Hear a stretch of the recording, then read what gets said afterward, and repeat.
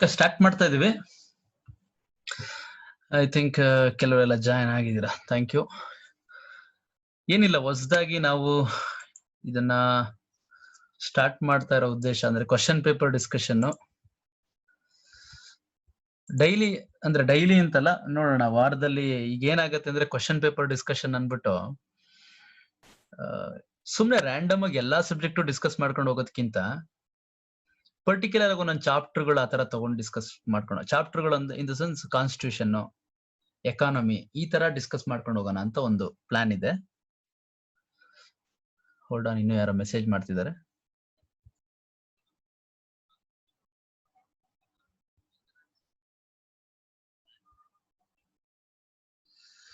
ಇರ್ಲಿ, ಇವತ್ತು actually economy ಮತ್ತೆ ಕಾನ್ಸ್ಟಿಟ್ಯೂಷನ್ ಡಿಸ್ಕಸ್ ಮಾಡೋಣ ಅಂತ. ಬರೀ ಕ್ವಶನ್ ಆನ್ಸರ್ ಸುಮ್ನೆ ಓದ್ಕೊಂಡು ಹೋಗೋದು ಅಂತಲ್ಲ. ನೀವಾಗ ನೈಟ್ ಹೊತ್ತು ಸಾಮಾನ್ಯವಾಗಿ ಇದೇ ಟೈಮಿಂಗ್ಸ್ ಅಲ್ಲಿ ಇರುತ್ತೆ. ನೈಟ್ ಹೊತ್ತು ಇಷ್ಟ ದಿನ ನನ್ನ ಯೂಟ್ಯೂಬ್ ಅಲ್ಲಿ ನನ್ನ ವಾಯ್ಸ್ ಕೇಳಿ ನೀವು ತುಂಬಾ ಫೆಮಿಲಿಯರ್ ಆಗಿರ್ತೀರಾ. ಎಷ್ಟೋ ಜನ ಮೆಸೇಜ್ ಮಾಡ್ತಿರ್ತೀರಾ, ಯಾರು ನೀವು ಅಂತ ಅಂದ್ಬಿಟ್ಟು. ಇರ್ಲಿ, ಅದ್ರ ಜೊತೆಗೆ ಯಾವಾಗ್ಲೂ ನಿಮ್ಗೆ ಅಲ್ಲೊಂದು ಹೆಸರು ಕೇಳ್ಬರ್ತಾ ಇರುತ್ತೆ, ನವೀನ್ ಅಂತ ಹೇಳ್ತಾ ಇರ್ತೀನಿ, ತುಂಬಾ ಸಲ ಬಳಸ್ತಾ ಇರ್ತೀನಿ. ಅಲ್ಲಿ ನಮ್ ನವೀನ್ ಇದನ್ನ ನಡ್ಸ್ಕೊಡ್ಲಿ ಅಂತ. ಅಂದ್ರೆ ಅವರು ಕ್ವಶನ್ಗಳು ಓದಿ ಅದಕ್ಕೆ ಆನ್ಸರ್ಗಳನ್ನ ಹೇಳ್ಕೊಂಡು ಇದ್ರ ಅಕ್ಕಪಕ್ಕ ಏನಾದ್ರು ತುಂಬಾ, ಇವಾಗ ಕೆಲವರು ಡಿಸ್ಕಷನ್ ಅನಾಲಿಸಿಸ್ ಅಂತ ಹೋದ್ರೆ ಒಂದೇ ಕ್ವಶನ್ ಒಂದ್ ದಿನೆಲ್ಲ ಹೋಗ್ಬೋದು. ಆಕ್ಚುಲಿ ನೀವು ಒಂದ್ ಕ್ವಶನ್ ತಗೊಂಡ್ಬಿಟ್ರೆ ನೀವು ಒಂದೇ ಕ್ವಶನ್ ದಿನೆಲ್ಲ ಹೋಗ್ಬೋದು. ಅಷ್ಟೊಂದ್ ಬೇಡ ನಮ್ಗೆ. ನಾನ್ ಮುಂಚೆ ಪ್ರತಿ ಸರಿ ಪ್ರತಿ ವಿಡಿಯೋದಲ್ಲೂ ಹೇಳ್ತಾ ಇರ್ತೀನಿ, ನಿಮ್ಗೆ ಅನ್ನೆಸರಿಯಾಗಿ ಏನು ಓದಕ್ ಹೋಗ್ಬಿಡಿ. ಜಂಕ್ ಇನ್ಫಾರ್ಮೇಶನ್ ಗಳೆಲ್ಲ ತುಂಬಾ ತಿಳ್ಕೊಳಕ್ ಹೋಗ್ಬಿಡಿ. ಎಷ್ಟ್ ಬೇಕೋ ಅಷ್ಟೇ. ನಾವಿಲ್ಲಿ ಏನು PhD ಮಾಡಕ್ ಬಂದಿಲ್ಲಪ್ಪ, ಇಲ್ಲಿ ಎಕ್ಸಾಮ್ ಕ್ಲಿಯರ್ ಮಾಡಕ್ ಬಂದಿರೋದು, ಆಯ್ತಾ? ಇಲ್ಲಿ ಎಲ್ಲ ಏನೋ ಅನ್ಕೊಂಡ್ಬಿಟ್ಟಿರ್ತೀರಿ ಕೆಲವರು. ಆ ಇಸ್ವಿಗಳು 100 ಇದ್ರೆ 100 ಮುಗಪ್ ಮಾಡೋದು, ಮೌಂಟ್ ಎವರೆಸ್ಟ್ ಉದ್ದ ಎಷ್ಟು, ಅದ್ರ ಆಮೇಲೆ ಎಷ್ಟು ದಪ್ಪ ಇದೆ, ಮೆಹಂಜಾದಾರ ಸ್ನಾನದ ಕೊಳ ಎಷ್ಟ್ ಅಗಲ ಇದೆ, ಎಷ್ಟು ಉದ್ದ ಇದೆ, ಎಷ್ಟು ಇಟ್ಗೆ ಹಾಕಿದ್ದಾರೆ, ಎಷ್ಟ್ ಜನ ರಾಣಿದಿರು ಹೋಗಿದ್ರು ಅಲ್ಲಿಗೆ, ಎಷ್ಟ್ ಜನ ರಾಜರು ಇದ್ರು, ಈ ತರ ಡಮ್ಮಿ ಇನ್ಫಾರ್ಮೇಶನ್ ಗಳೆಲ್ಲ ಓದ್ಕೊಂಡು ತಲೆಗೆ ನೀವು ಸುಮ್ನೆ ಜಂಕ್ ಇನ್ಫಾರ್ಮೇಶನ್ ಗಳು ತುಂಬ್ಕೋತಾ ಇರ್ತೀರಾ. ಅದೆಲ್ಲ ನಿಜವಾಗ್ಲೂ ಅವಶ್ಯಕತೆ ಇಲ್ಲ. ಯಾಕಂದ್ರೆ ನಿಮ್ ಕಣ್ಮುಂದೆ ಈಗ ನಾವೇನು ಈ ಪೇಪರ್ ಹಾಕ್ತಿವಿ, ಆಕ್ಚುಲಿ ಈ ವಾರ 2020 ಅಂದ್ರೆ ಮೊನ್ನೆ ಸಿವಿಲ್ PSI ನಡೀತಲ್ಲ, 300 ಪೋಸ್ಟ್ ಅದ್ರದ್ದು ಕ್ವಶನ್ ಪೇಪರ್ ಡಿಸ್ಕಷನ್ ಮಾಡ್ತೀವಿ. ಒಂದು 4-5 ದಿನದಲ್ಲಿ ಫುಲ್ ಕಂಪ್ಲೀಟ್ ಮಾಡ್ತೀವಿ. ಬಟ್ ನಾವು ಕಂಟಿನ್ಯೂಸ್ ಆಗಿ ಸ್ಟಾರ್ಟಿಂಗ್ ಇಂದ 1, 2, 3 ಅಂತ ಹಿಂಗ್ ಹೋಗಲ್ಲ. ಯಾಕಂದ್ರೆ ಹಿಸ್ಟ್ರಿ, ಕಾನ್ಸ್ಟಿಟ್ಯೂಷನ್, ಎಕಾನಮಿ ಎಲ್ಲ ಮಿಕ್ಸ್ ಇರುತ್ತೆ. ನಾವೇನ್ ಮಾಡ್ತಾ ಇದೀವಿ ಅಂದ್ರೆ ಆ ಪೇಪರ್ ಅಲ್ಲಿ ಬರ್ತಕ್ಕಂಥ ಕಾನ್ಸ್ಟಿಟ್ಯೂಷನ್ ಮತ್ತೆ ಎಕಾನಮಿ ಎರಡೆರಡು ಪಾರ್ಟ್ ತಗೋತೀವಿ. ಆ ಎರಡೆರಡು ಪಾರ್ಟ್ ನ ಅದ್ 10 ಕ್ವಶನ್ ಇರ್ಲಿ, 15 ಕ್ವಶನ್ ಇರ್ಲಿ, ಇಲ್ಲ 20 ಕ್ವಶನ್ ಇರ್ಲಿ. ಸೊ ನಾವು ಅದನ್ನ ಆತರ ತಗೊಂಡು ಡಿಸ್ಕಷನ್ ಮಾಡೋಣ ಅಂತಿದ್ವಿ. ಯಾಕಂದ್ರೆ ನಿಮ್ಗೆ PSI PC ಪೇಪರ್ ಸಾಮಾನ್ಯವಾಗಿ ನೀವು ಅಟೆಂಡ್ ಎಕ್ಸಾಮ್ ಬರೀತಿದ್ದೀರಾ ಅಂತಂದ್ರೆ ನಿಮ್ಗೆ ಹಳೆ ಪೇಪರ್ ಓದ್ಕೊಂಡಿದ್ರು ಕನಿಷ್ಠ 60-65 ಬರುತ್ತೆ. ಯಾರು ಬೇಕಾದ್ರೂ ತೆಗಿಬೋದಪ್ಪ. ಅನ್ಎಜುಕೇಟೆಡ್ಸ್, ನಮ್ಮ ಹಳ್ಳಿಗಳಲ್ಲಿ ರೈತರುಗಳು ಇರ್ತಾರಲ್ಲ, ಅವ್ರು ಹಳೆ ಪೇಪರ್ಸ್ ಓದ್ಕೊಂಡು ಹೋಗಿ ಬರೆದ್ರು 65ರಿಂದ 70 ಬಂದೇ ಬರುತ್ತೆ. ಸೊ ನೀವು ಹಳೆ ಪೇಪರ್ಸ್ ತುಂಬಾ ಮುಖ್ಯ. ನೀವು ಕೇಳ್ಬೋದು, ಸರ್ PSI ಮಾತ್ರನೇ ಅಂತನ? ಇಲ್ಲ, KS ಪೇಪರ್ಗಳನ್ನು ಡಿಸ್ಕಸ್ ಮಾಡ್ತೀವಿ, ಪೊಲೀಸ್ ಪೇಪರ್ಗಳನ್ನು ಡಿಸ್ಕಸ್ ಮಾಡ್ತೀವಿ. ಇದು ನಮ್ಮ ಹೊಸ ಐಡಿಯಾ. ಹೇಗಿರುತ್ತೆ ಅಂತ ಒಂದು ಹೊಸದಾಗಿ ಸ್ಟಾರ್ಟ್ ಮಾಡಿದೀವಿ. ಇದರಲ್ಲಿ ರೆಗ್ಯುಲರ್ ನಮ್ ವಿಡಿಯೋಸ್ ಜೊತೆಗೆ ಆನ್ಲೈನ್ ಕ್ಲಾಸ್ ಜೊತೆಗೆ ಇದನ್ನ ಫ್ರೀ ಆಗಿದ್ದಾಗ ಒಂದು ಸೋರ್ಸ್, ನಾವು ಸೊಸೈಟಿಗೆ ಏನಾದ್ರು ಕೊಡ್ಬೇಕಲ್ಲ, ಅದಕ್ಕೆ ಕೊಡೋಣ ಅನ್ಬಿಟ್ಟು ಏನೋ ಒಂದು ಯೂಸ್ ಆಗಂತದ್ದು. ಓಕೆ, ನೋಡೋಣ ಅದ್ ಹೆಂಗೆ ಇದಾಗತ್ತೆ ಅಂತ. ನಿಮ್ಮ ಸಪೋರ್ಟ್ ಎಲ್ಲ ಬೇಕು ನಮ್ಗಿರ್ಲಿ. ಈಗ ಸ್ಟಾರ್ಟ್ ಮಾಡೋಣ. ನಮ್ಮ ನವೀನ್ ಅವರು, ನವೀನ್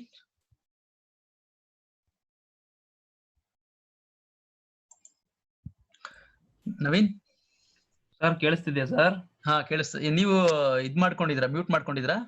ಎಸ್ ಸರ್, ನಾನು ಮಾಡ್ಕೊಂಡಿದ್ದೆ. ಓಕೆ ಸರಿ. ಹಂಗಾದ್ರೆ ನೀವು ಮಾತಾಡ್ತಾ ಇರ್ಬೇಕು.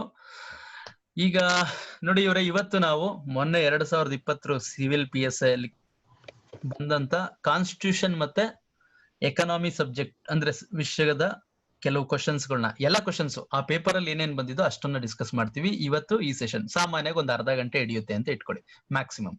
ಆಮೇಲೆ ನಿಮ್ ಡೌಟ್ಸ್ ಏನಾದ್ರು ಇದ್ರು ತಗೋತೀವಿ ಅದನ್ನ. ನೀವ್ ಯಾರಾದ್ರೂ ಇದ್ರೆ ಹ್ಯಾಂಡ್ ರೈಸ್ ಮಾಡ್ಬೋದು. ನೀವು ನಾವೇನೋ ಕಾನ್ಸ್ಟಿಟ್ಯೂಷನ್ ಡಿಸ್ಕಸ್ ಮಾಡ್ಬೇಕಾದ್ರೆ ನೀವ್ ಯಾವ್ದು ಹಿಸ್ಟ್ರಿ ಕೇಳೋದು ಆತರ ಇಲ್ಲ. ಈ ಸಬ್ಜೆಕ್ಟ್ ಗೆ ಏನ್ ಸಂಬಂಧಿಸಿದಂಗೆ ಅದಕ್ಕೆ ಮಾತ್ರ ಕೇಳಿ. ನೆಕ್ಸ್ಟ್ ನಾಳೆ ಹಿಸ್ಟ್ರಿ ಮತ್ತೆ ಬೇರೆ ಯಾವ್ದೋ ಒಂದು ಸಬ್ಜೆಕ್ಟ್ ನ ಮಿಂಗಲ್ ಆಗಿ ತಗೊಂಡ್ಬರ್ತೀವಿ, ಅವಾಗ ಬೇಕಾದ್ರೆ ಕೇಳಿವ್ರಂತೆ. ಇರ್ಲಿ, ಈಗ ಡೈರೆಕ್ಟ್ ಆಗಿ ಸ್ಟಾರ್ಟ್ ಮಾಡ್ಬೋಣ. ಓಕೆ, ಇದು ಇವತ್ತು ನೋಡಿ ಇಲ್ಲಿ ಕಾಣಿಸ್ತಾ ಇದೆ ನಿಮ್ಗೆ, ಸಂವಿಧಾನ ಮತ್ತೆ ಎಕಾನಮಿ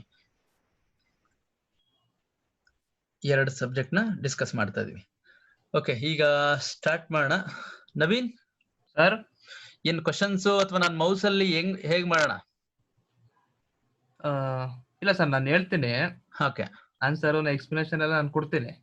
ಓಕೆ, ಆಮೇಲೆ ಅಲ್ಲ ನಿಮ್ಗೆ ನಾನು ಇಲ್ಲಾಂದ್ರೆ ಇಲ್ಲ ಕ್ವಶನ್ ಓದ್ತೀನಿ, ನೀವೇನಾದ್ರೂ ಎಕ್ಸ್ಪ್ಲನೇಷನ್ಸ್ ಇದ್ರೆ ಕೊಡಿ. Yes sir, okay sir. Okay, ಯಾಕಂದ್ರೆ ಇಲ್ಲಿ ಹತ್ರದ್ದು ಸ್ವಲ್ಪ ನಿಮ್ದು ವಾಯ್ಸ್ ಸ್ವಲ್ಪ ಲೋ ಇದೆ. ಹೌದಾ ಸರ್? ಹಾ, ಇರ್ಲಿ, ಕೇಳಿಸ್ತಾ ಇದೆ, ಪರವಾಗಿಲ್ಲ. Okay. ಫಸ್ಟ್ ಡೇ ಅಲ್ವಾ, ಒಂದು ಇದ್ರಲ್ಲಿ ಇದ್ ಮಾಡೋಣ.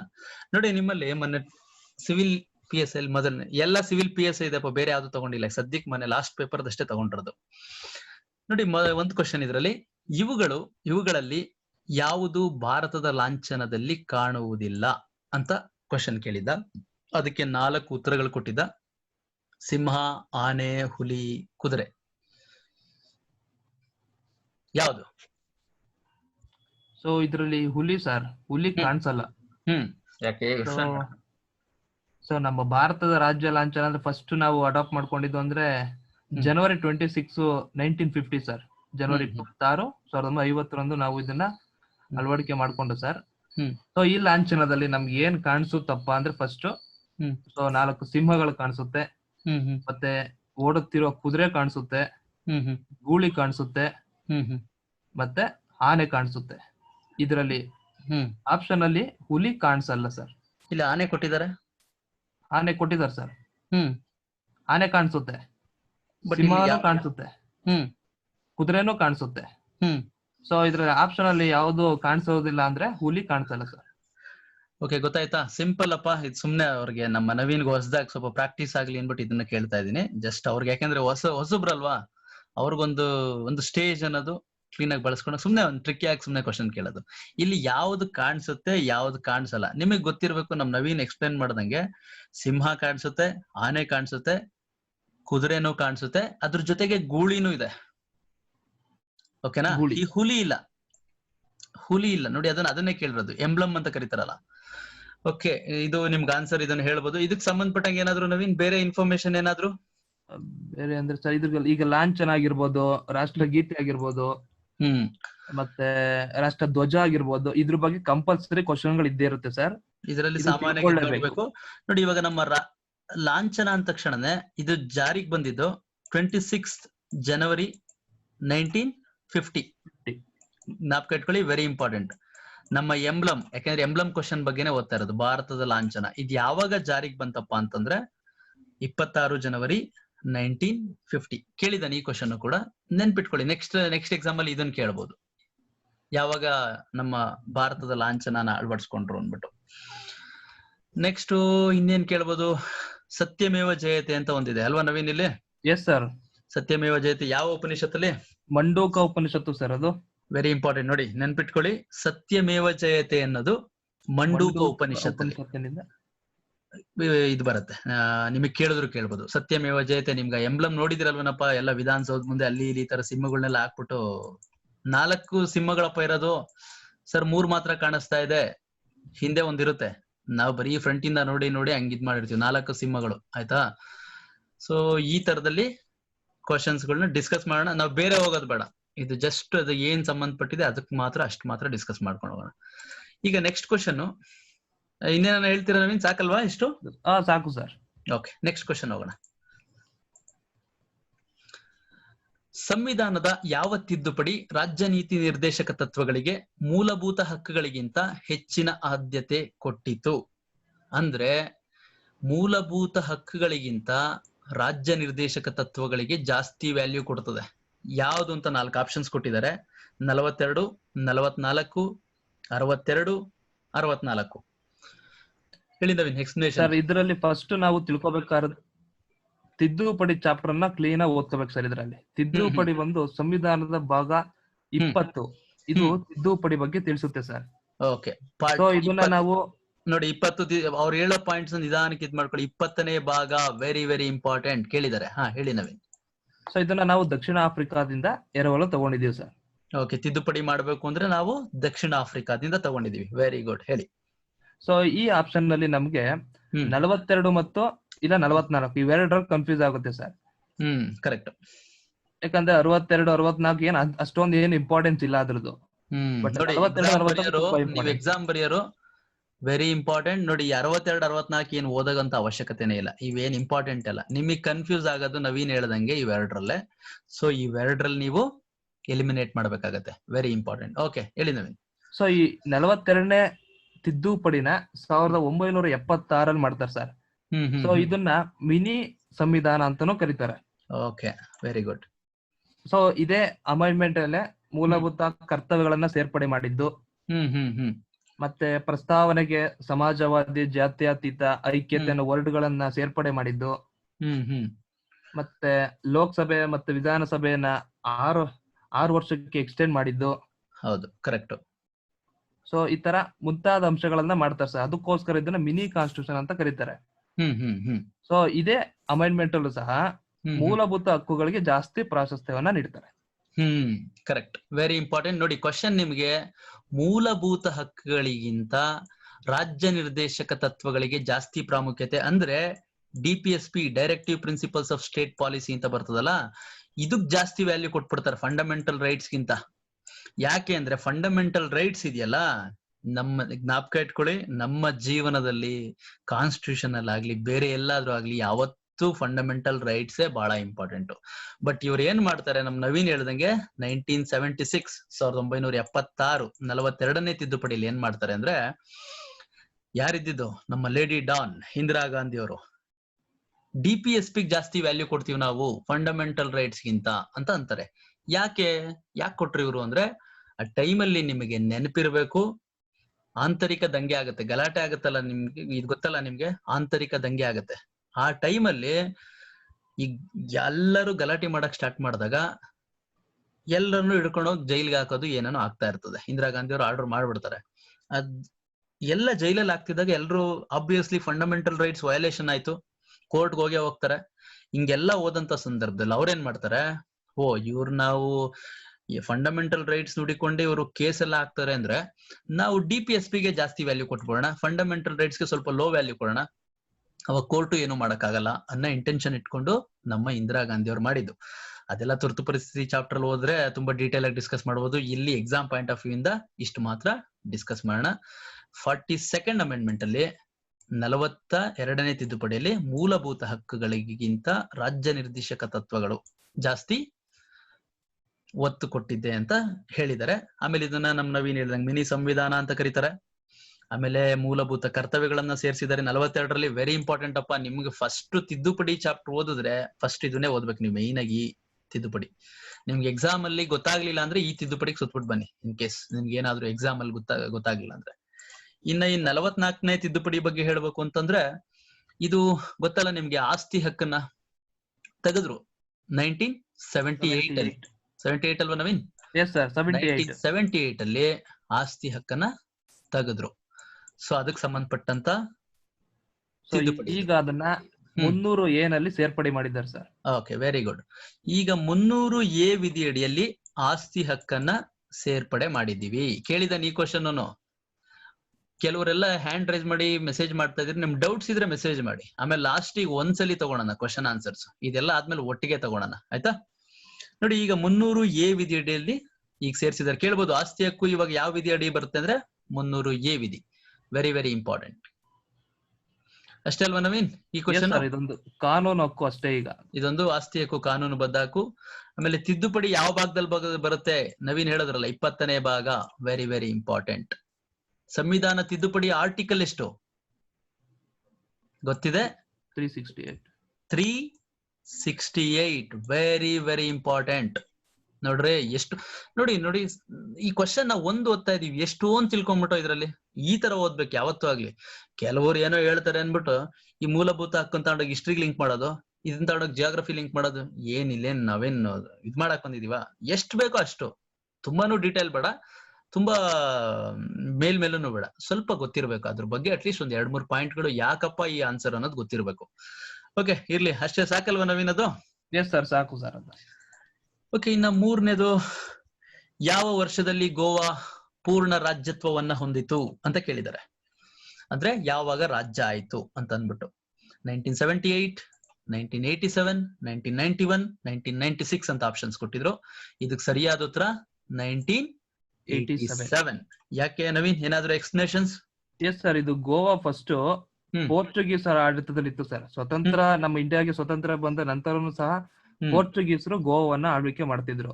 ಹ್ಮ್ ಸೊ 1961 ಹ್ಮ್ ಆಪರೇಷನ್ ವಿಜಯ್ ಅನ್ನ ಕಾರ್ಯಾಚರಣೆ ಮೂಲಕ ಹ್ಮ್ ಪೋರ್ಚುಗೀಸರನ್ನ ಸೊ ಹ್ಮ್ ಇಂಡಿಯಾದಿಂದ ಹೊರಗಡೆ ಹಾಕ್ತಾರೆ ಅವ್ರನ್ನ. ಹ್ಮ್ ಹ್ಮ್ So ಹ್ಮ್ ಅವಾಗ ಗೋವಾ ಸ್ವತಂತ್ರ ಆಗುತ್ತೆ. ಓಕೆ ಓಕೆ ಅದಾದ್ಮೇಲೆ ಗೋವಾವನ್ನ ಕೇಂದ್ರಾಡಳಿತ ಪ್ರದೇಶವಾಗಿ ಹ್ಮ್ ಮಾಡ್ತಾರೆ ಸರ್. ಓಕೆ ಸೊ ಅದಕ್ಕೆ ಅಂತಿಮವಾಗಿ 1987 ಹ್ಮ್ ರಾಜ್ಯದ ಸ್ಥಾನಮಾನವನ್ನ ನೀಡ್ತಾರೆ ಸರ್.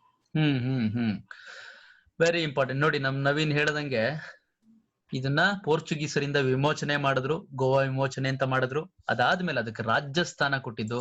ನೀವು ಕಾನ್ಸ್ಟಿಟ್ಯೂಷನ್ ಅಲ್ಲಿ ಮೊದಲನೇ ಚಾಪ್ಟರ್ ಅಲ್ಲಿ ಬರ್ತದೆ, ಕೇಂದ್ರ ಆಡಳಿತಗಳನ್ನ ರಾಜ್ಯ ಮಾಡೋದು ಹೇಗೆ, ರಾಜ್ಯಗಳ್ ಅಂದ್ರೆ ಯಾವ ತರ ಒಂದು ರಾಜ್ಯನ ಸ್ಪ್ಲಿಟ್ ಮಾಡೋದು ಹೇಗೆ, ಸಂಸತ್ತಲ್ಲಿ ಯಾವ ರೀತಿ ಬಹುಮತ ಬೇಕು ಅಂತ. ಇದೆಲ್ಲ ಡೀಟೇಲ್ಸ್ ನಮ್ದು ಆನ್ಲೈನ್ ಕ್ಲಾಸ್ ಅಲ್ಲಿ ಕಾನ್ಸ್ಟಿಟ್ಯೂಷನ್ ಫುಲ್ ಕಂಪ್ಲೀಟ್ ಆಗಿ ಮುಗ್ದಿದೆ. ಅದ್ರ ವಿಡಿಯೋಸ್ ಅವೈಲೇಬಲ್ ಇದೆ. ಅದ್ರ ಡೀಟೇಲ್ಸ್ ಯಾರಾದ್ರೂ ಆಸಕ್ತಿ ಇದ್ರೆ ನಮಗ್ ಕಾಂಟ್ಯಾಕ್ಟ್ ಮಾಡ್ಬೋದು. ಇರ್ಲಿ, ಆನ್ಲೈನ್ ಕ್ಲಾಸ್ ಅಲ್ಲಿ ಇರ್ಲಿ, ನೀವು ಅದು ಇಂಟ್ರೆಸ್ಟ್ ಇರೋದನ್ನ ನೀವು ನಮಗ್ ಫೋನ್ ಮಾಡಿ ಅದ್ರ ಡೀಟೇಲ್ಸ್ ತಿಳ್ಕೊಬಹುದು. ಫುಲ್ ಮುಗ್ದಿದೆ ಕಾನ್ಸ್ಟಿಟ್ಯೂಷನ್ ನೋಡಿ. ಆಮೇಲೆ ಇನ್ನ ಗೋವಾ ಬಗ್ಗೆ ಇನ್ನೇನ್ ನವೀನ್ ಇನ್ನೇನ್ ಹೇಳ್ತೀರಾ? ತುಂಬಾ ಚಿಕ್ಕ ರಾಜ್ಯ ಯಾವುದು ಭಾರತದಲ್ಲಿ? ಇದೆ ಸರ್, ಗೋವಾ. ನೋಡಿ Yes, sir. ಇದೊಂದು FD ಎಕ್ಸಾಮ್ ಅಲ್ಲಿ ಕೇಳ್ಬಿಟ್ಟಿದ್ದ. ತುಂಬಾ ಚಿಕ್ಕ ರಾಜ್ಯ. ನಾವು ಮತ್ತೆ ಇದಕ್ಕೆ ಸರ್ ಕಾನ್ಸ್ಟಿಟ್ಯೂಷನ್ ಅಲ್ಲಿ ಹಾ 371 ಹಾ ಐ ಹಾ ಓಕೆ ಅದರಲ್ಲಿ ಗೋವಾ ಬಗ್ಗೆ ಹೇಳಿದೆ ಸರ್. 371 ಐ ಅಲ್ಲ? ಯಾವ ತರ ಹೈದರಾಬಾದ್ ಕರ್ನಾಟಕ ಇದೆ. ಹಾ ಓಕೆ ಕರೆಕ್ಟ್. ನಮ್ದು 371 ಬರುತ್ತದೆ, ನಮ್ದು ಹೈದರಾಬಾದ್ ಕರ್ನಾಟಕ. 371 ಐ ಅಂದ್ರೆ ಏನ್ ಗೊತ್ತೇನ್ರಪ್ಪ, ಇದು ಕೆಲವು ರಾಜ್ಯಗಳಿಗೆ ಸ್ಪೆಷಲ್ ಸ್ಥಾನಮಾನ ಕೊಟ್ಟಿದ್ದಾರೆ. ಅದು 371 ನಮ್ಮಲ್ಲಿ ಗೊತ್ತಲ್ಲ, ಹೈದರಾಬಾದ್ ಕರ್ನಾಟಕದವ್ರಿಗೆ ರಿಸರ್ವೇಶನ್ಸ್ ಎಲ್ಲ ಕೊಟ್ಟಿದಾರಲ್ಲ, ಅದಕ್ಕೆ ಸಂಬಂಧ ಅದೇ ತರ ಗೋವಾದವ್ರಿಗೆ 371 ಐ ಅಂತೆ. ನೋಡಿ ಈ ತರ ಪಾಯಿಂಟ್ಸ್ ಗಳನ್ನೆಲ್ಲ ನೀವು ತಿಳ್ಕೊಂಡ್ರೆ 100%. ನೆಕ್ಸ್ಟ್ ನೋಡಿ, ಇದನ್ನ ಇಲ್ಲಿ ಈ ತರ ಕೇಳಿದ್ರೆ ನೆಕ್ಸ್ಟ್ ಈ ಕ್ವಶನ್ ಕೇಳಬಹುದು, 371 ಐ ಬಗ್ಗೆ ಕೇಳಬಹುದು. So very important. ಗೋವಾ ರಾಜ್ಯ ಆಗಿದ್ದು 1987 ಅಲ್ಲಿ. ನೆಕ್ಸ್ಟ್, ಯಾವ ವರ್ಷದಲ್ಲಿ ಶ್ರೀಲಂಕಾಗೆ ಸ್ವಾತಂತ್ರ್ಯ ದೊರೆಯಿತು ಅಂತ ಕೇಳಿದಾನೆ. ಯಾವ ವರ್ಷದಲ್ಲಿ ನವೀನ್? ನೋಡಿ ಇಲ್ಲಿ ಆಪ್ಷನ್ಸ್ 1946, 47, 48, 50 ಕೊಟ್ಟಿದ್ದಾರೆ. ಇದಕ್ಕೆ ಆನ್ಸರ್ 1948 ಅಂತ. ಇದು ಸಾಮಾನ್ಯವಾಗಿ ನಾವೇನು ನೀವು ಕೇಳ್ಬೋದು, ಸರ್ ಇದು ಯಾಕೆ ಸರ್ ಈ ಕ್ವಶನ್ ಕೇಳಿದ್ದಾರೆ, ಶ್ರೀಲಂಕಾದ ಯಾಕೆ ಕೇಳಿದ್ದಾರೆ? ನೀವು ನೆಕ್ಸ್ಟ್ ಬರ್ಮಾ ಕೇಳಿದ್ರೆ ಏನ್ ಮಾಡ್ತೀರಾ? ಅಥವಾ ಮಯನ್ಮಾರ್? ಬರ್ಮಾ ಮಯನ್ಮಾರ್ ಎರಡು ಒಂದೇನೆ. ಥೈಲ್ಯಾಂಡ್ ಯಾವಾಗ ಆಯ್ತು ಕೇಳಿದ್ರೆ ಏನು ಮಾಡಕ್ ಆಗಲ್ಲಪ್ಪ. ಒಂದೊಂದ್ಸರಿ ಕ್ವಶನ್ಸ್ ನ ನೀವು ಈ ತರ ಎಕ್ಸ್ಪೆಕ್ಟ್ ಮಾಡ್ಬೇಕಾಗತ್ತೆ ಒಂದೊಂದ್ಸರಿ. ಯಾಕಂದ್ರೆ ಅವ್ನು ಎಲ್ಲಾರನು ಉಳಿಸ್ಬಿಟ್ಟು ಎಲ್ಲಾರ್ಗು ಗೊತ್ತಿರೋದೆ ಭಾರತ ಯಾವಾಗ ಸ್ವಾತಂತ್ರ್ಯ ಆಯ್ತು ಅಂದ್ರೆ ಇರೋ ಬರೋಲ್ಲ ಆನ್ಸರ್ ಮಾಡೋದ್ರ ಬದಲು ಈ ತರದ ಒಂದೊಂದು ಕ್ವಶನ್ ಹಾಕ್ಬಿಟ್ರೆ ಯಾರು ಆನ್ಸರ್ ಮಾಡಲ್ಲ. ಅವಾಗ ಸ್ವಲ್ಪ ಇಲ್ಲೇನ್ ಅಂತೀರಾ, ಅಲಕ್ ಬಲಕ್ ಅಂತಾರಲ್ಲ ನಮ್ಮಲ್ಲಿ, ಕೆಲವು ಲಕ್ ಟೆಸ್ಟ್ ಮಾಡೋದು ಅಂತ, ಆತರ ಒಂದ್ಸರಿ ಗೋಲಿ ಹೊಡಿಬೇಕಷ್ಟೇ ಇಲ್ಲಿ. 1948 ಅಲ್ವಾ ನವೀನ್? ಬೇರೆ ಏನಾರ ಇದೆಯಾ ಇದ್ರಲ್ಲಿ? ಹಲೋ ನವೀನ್, ಹಾ ಸರ್, ಮ್ಯೂಟ್ ಮಾಡ್ಕೊಂಡಿದ್ರಾ? ಇಲ್ಲ ಸರ್, ಅದೇ ಆಟೋಮೆಟಿಕ್ ಆಗ್ಬಿಟ್ಟಿತ್ತು. ಓಕೆ, ಆದಾಗ ನನ್ಗೆ ಅಟ್ಲೀಸ್ಟ್ ಮೆಸೇಜ್ ಮಾಡಿ ಈ ಕಡೆ. Yes, ಇದ್ರ sir, ಬಗ್ಗೆ yes, sir. ಇನ್ನೇನ್ ವಿಶೇಷತೆ ಇಲ್ಲ ಅಲ್ವಾ ಇದ್ರಲ್ಲಿ? ಇನ್ನೇನಿಲ್ಲ ಸರ್. ಇದೇನ್ ಸುಮ್ನೆ ಹಾಕಿರೋದಪ್ಪ ಈ ಜನರಲ್. ನೋಡಿ ಈ ತರ ಕ್ವಶನ್ಸ್ ಗಳು ಒಂದೊಂದು ಹಾಕ್ಬಿಡ್ತಾರೆ. ನೀವು ಒಂದೊಂದ್ಸರಿ ಸ್ಟ್ಯಾಟಿಕ್ GK ಸ್ವಲ್ಪ ಅವಾಗ ಅವಾಗ ಅಲ್ಲಿ ಇಲ್ಲಿ ಕಣ್ಣಾಡ್ಸ್ಕೊಂಡು. ರಿಪೀಟೆಡ್ ಕ್ವಶನ್ ಸರ್, ಇದು ರಿಪೀಟೆಡ್ ಕ್ವಶನ್. ನೋಡಿ ನಮ್ ನವೀನ್ ಹೇಳ್ದಂಗೆ ಇದು ರಿಪೀಟೆಡ್ ಅಂತೆ. ಸೊ ರಿಪೀಟೆಡ್ ಇರೋದ್ರಿಂದ ನೀವು ನೆನ್ಪಿಟ್ಕೊಳ್ಳೇಬೇಕಾಗತ್ತೆ. ಶ್ರೀಲಂಕಾ ನೀವು ಹಂಗನ್ಬಿಟ್ಟು ಶ್ರೀಲಂಕಾ ಕೇಳೋನ್ ಏನ್ಬಿಟ್ಟು ಕಾಂಬೋಡಿಯಾ, ವಿಯೆಟ್ನಾಂ, ಆಮೇಲೆ ನೇಪಾಳ್, ಭೂತಾನ್ ಎಲ್ಲ ಮಗಪ್ ಮಾಡ್ಕೊಂಡು ಕುತ್ಕೊಂಡ್ಬಿಟ್ಟಿರ. ಬೇಡ, ಕೇಳಿರೋ ಮಾತ್ರ ನೋಡ್ಕೊಳ್ಳಿ. ಇಂಥವೇನು ಮಾಡಕ್ ಆಗಲ್ಲ ಒಂದೊಂದ್ಸರಿ. ಆಮೇಲೆ ಇರೋ ಬರೋದೆಲ್ಲ ನೋಡ್ಕೊಂಡು ನಮ್ ಭಾರತದ್ದೇ ಮರೆತು ಬಿಟ್ಟಿರ ಆಮೇಲೆ ನೀವು. ಇರ್ಲಿ, ನೆಕ್ಸ್ಟ್ ಕ್ವಶನ್. ಭಾರತದ ಪ್ರಸ್ತುತ ಮುಖ್ಯ ನ್ಯಾಯಾಧೀಶರು ಯಾರು ಅಂತ ಕೇಳಿದ್ದಾರೆ. ಇದೆಲ್ಲ ಒಂದ್ ಸ್ವಲ್ಪ ಕರೆಂಟ್ ಅಫೇರ್ಸ್ ಗೆ ಸಂಬಂಧಪಟ್ಟಂಗೆ ಇರುತ್ತೆ. ಕಾನ್ಸ್ಟಿಟ್ಯೂಷನ್ ಆದ್ರೂ ಇದೆಲ್ಲ ಚೇಂಜ್ ಆಗ್ತಾ ಇರುತ್ತೆ. ಬಟ್ ಈಗ ಮೊನ್ನೆ ಕೇಳಿರೋದ್ರಿಂದ ರೀಸೆಂಟ್ ಆಗಿ ನೋಡಿ ಇದಿದೆ. ಜಸ್ಟಿಸ್ ಶರದ್ ಅರವಿಂದ್ ಬೋಬ್ಡೆ, ರಂಜನ್ ಗೊಗಾಯ್, ದೀಪಕ್ ಮಿಶ್ರಾ, ಸದಾಶಿವಂ ಅಂತ ಅಂದ್ಬಿಟ್ಟು. ಇದಕ್ ಸರಿಯಾದ ಉತ್ತರ at present chief justice of India ಬಂದು ಅರವಿಂದ್ ಬೋಬ್ಡೆ. ಎಸ್ ಸರ್, 47ನೇ ಕೆಲವು ವಿಚಾರಗಳಿದ್ರೆ ಶೇರ್ ಮಾಡಿ. 47ನೇ ಸರ್ ಇವರು. ಹ್ಮ್, ಅಟ್ ಪ್ರೆಸೆಂಟ್ ಇವರೇ ಇರೋದೀಗ ಬೊಂಬಡೆ ಅಂತ ಸರ್ ಅಷ್ಟೇ. ಓಕೆ ನೋಡಿ, 47ನೇವ್ರು ಇವರು. ಅರವಿಂದ್ ಬೋಬ್ಡೆ ಅವರು 47ನೇ ಚೀಫ್ ಜಸ್ಟಿಸ್. ಒಂದೊಂದ್ಸರಿ ಕೇಳ್ತಾರಪ್ಪ ನಂಬರ್. ಸಾಮಾನ್ಯವಾಗಿ ನಾನು ನಂಬರ್ಸ್ ಗಳ ವಿರೋಧಿ ನಾನು, ಬಟ್ ಆದ್ರೂ ನಿಮ್ಗೆ ಹೇಳ್ತಾ ಇದ್ದೀನಿ ಅಂದ್ರೆ ಇದನ್ನ ಕೇಳ್ತಾರೆ ಅಂತ. 47ನೇ ಚೀಫ್ ಜಸ್ಟಿಸ್ ಅರವಿಂದ್ ಬೋಬ್ಡೆ. ಬೇರೆ ಇನ್ನೇನ್ ನವೀನ್ ಏನಾದ್ರು ಹೇಳ್ತೀರಾ? ಇನ್ನ ಫಸ್ಟ್ ಗೊತ್ತಲ್ಲ ನಿಮ್ಗೆ, ಕೇಳಿದ್ರು ಕೇಳ್ಬೋದು. First chief justice of India ಬಂದ್ಬಿಟ್ಟು ಕಾನಿಯಾ ಅಂತ ಬರ್ತಾರೆ. ಕಾನಿಯಾ ನೆನ್ಪಿಟ್ಕೊಳ್ಳಿ, ಇವೆಲ್ಲ ಓದಿರ್ತೀರಾ ನಿಮ್ಗೆ ಮ್ಯಾಗಝಿನ್ಗಳಲ್ಲಿ. ಬಟ್ ನಮಗ್ ಏನೇನ್ ನೆನಪಿಗೆ ಬರುತ್ತೋ ಈ ಸಿಸ್ಟಮ್ ಮುಂದೆ ಕೂತ್ಕೊಂಡಾಗ, ಲೈವ್ ಕ್ಲಾಸ್ ಅಲ್ವಾ, ಏನ್ ಬರುತ್ತೋ ಹಂಗೆ ಹೇಳ್ತಾ ಇರೋದು ಕಾನಿ ಅಂದ್ಬಿಟ್ಟು. ನಿಮ್ಗೆ ಆಮೇಲೆ ಮಹಿಳೆಯರ ಬಗ್ಗೆ ಕೇಳ್ತಾ ಇರ್ತಾರೆ. ಫಸ್ಟ್ ಮಹಿಳಾ ಜಡ್ಜ್ ಯಾರು? ಫಾತಿಮಾ ಬಿ. ಫಾತಿಮಾ ಬಿವಿ ಅನ್ಬಿಟ್ಟು.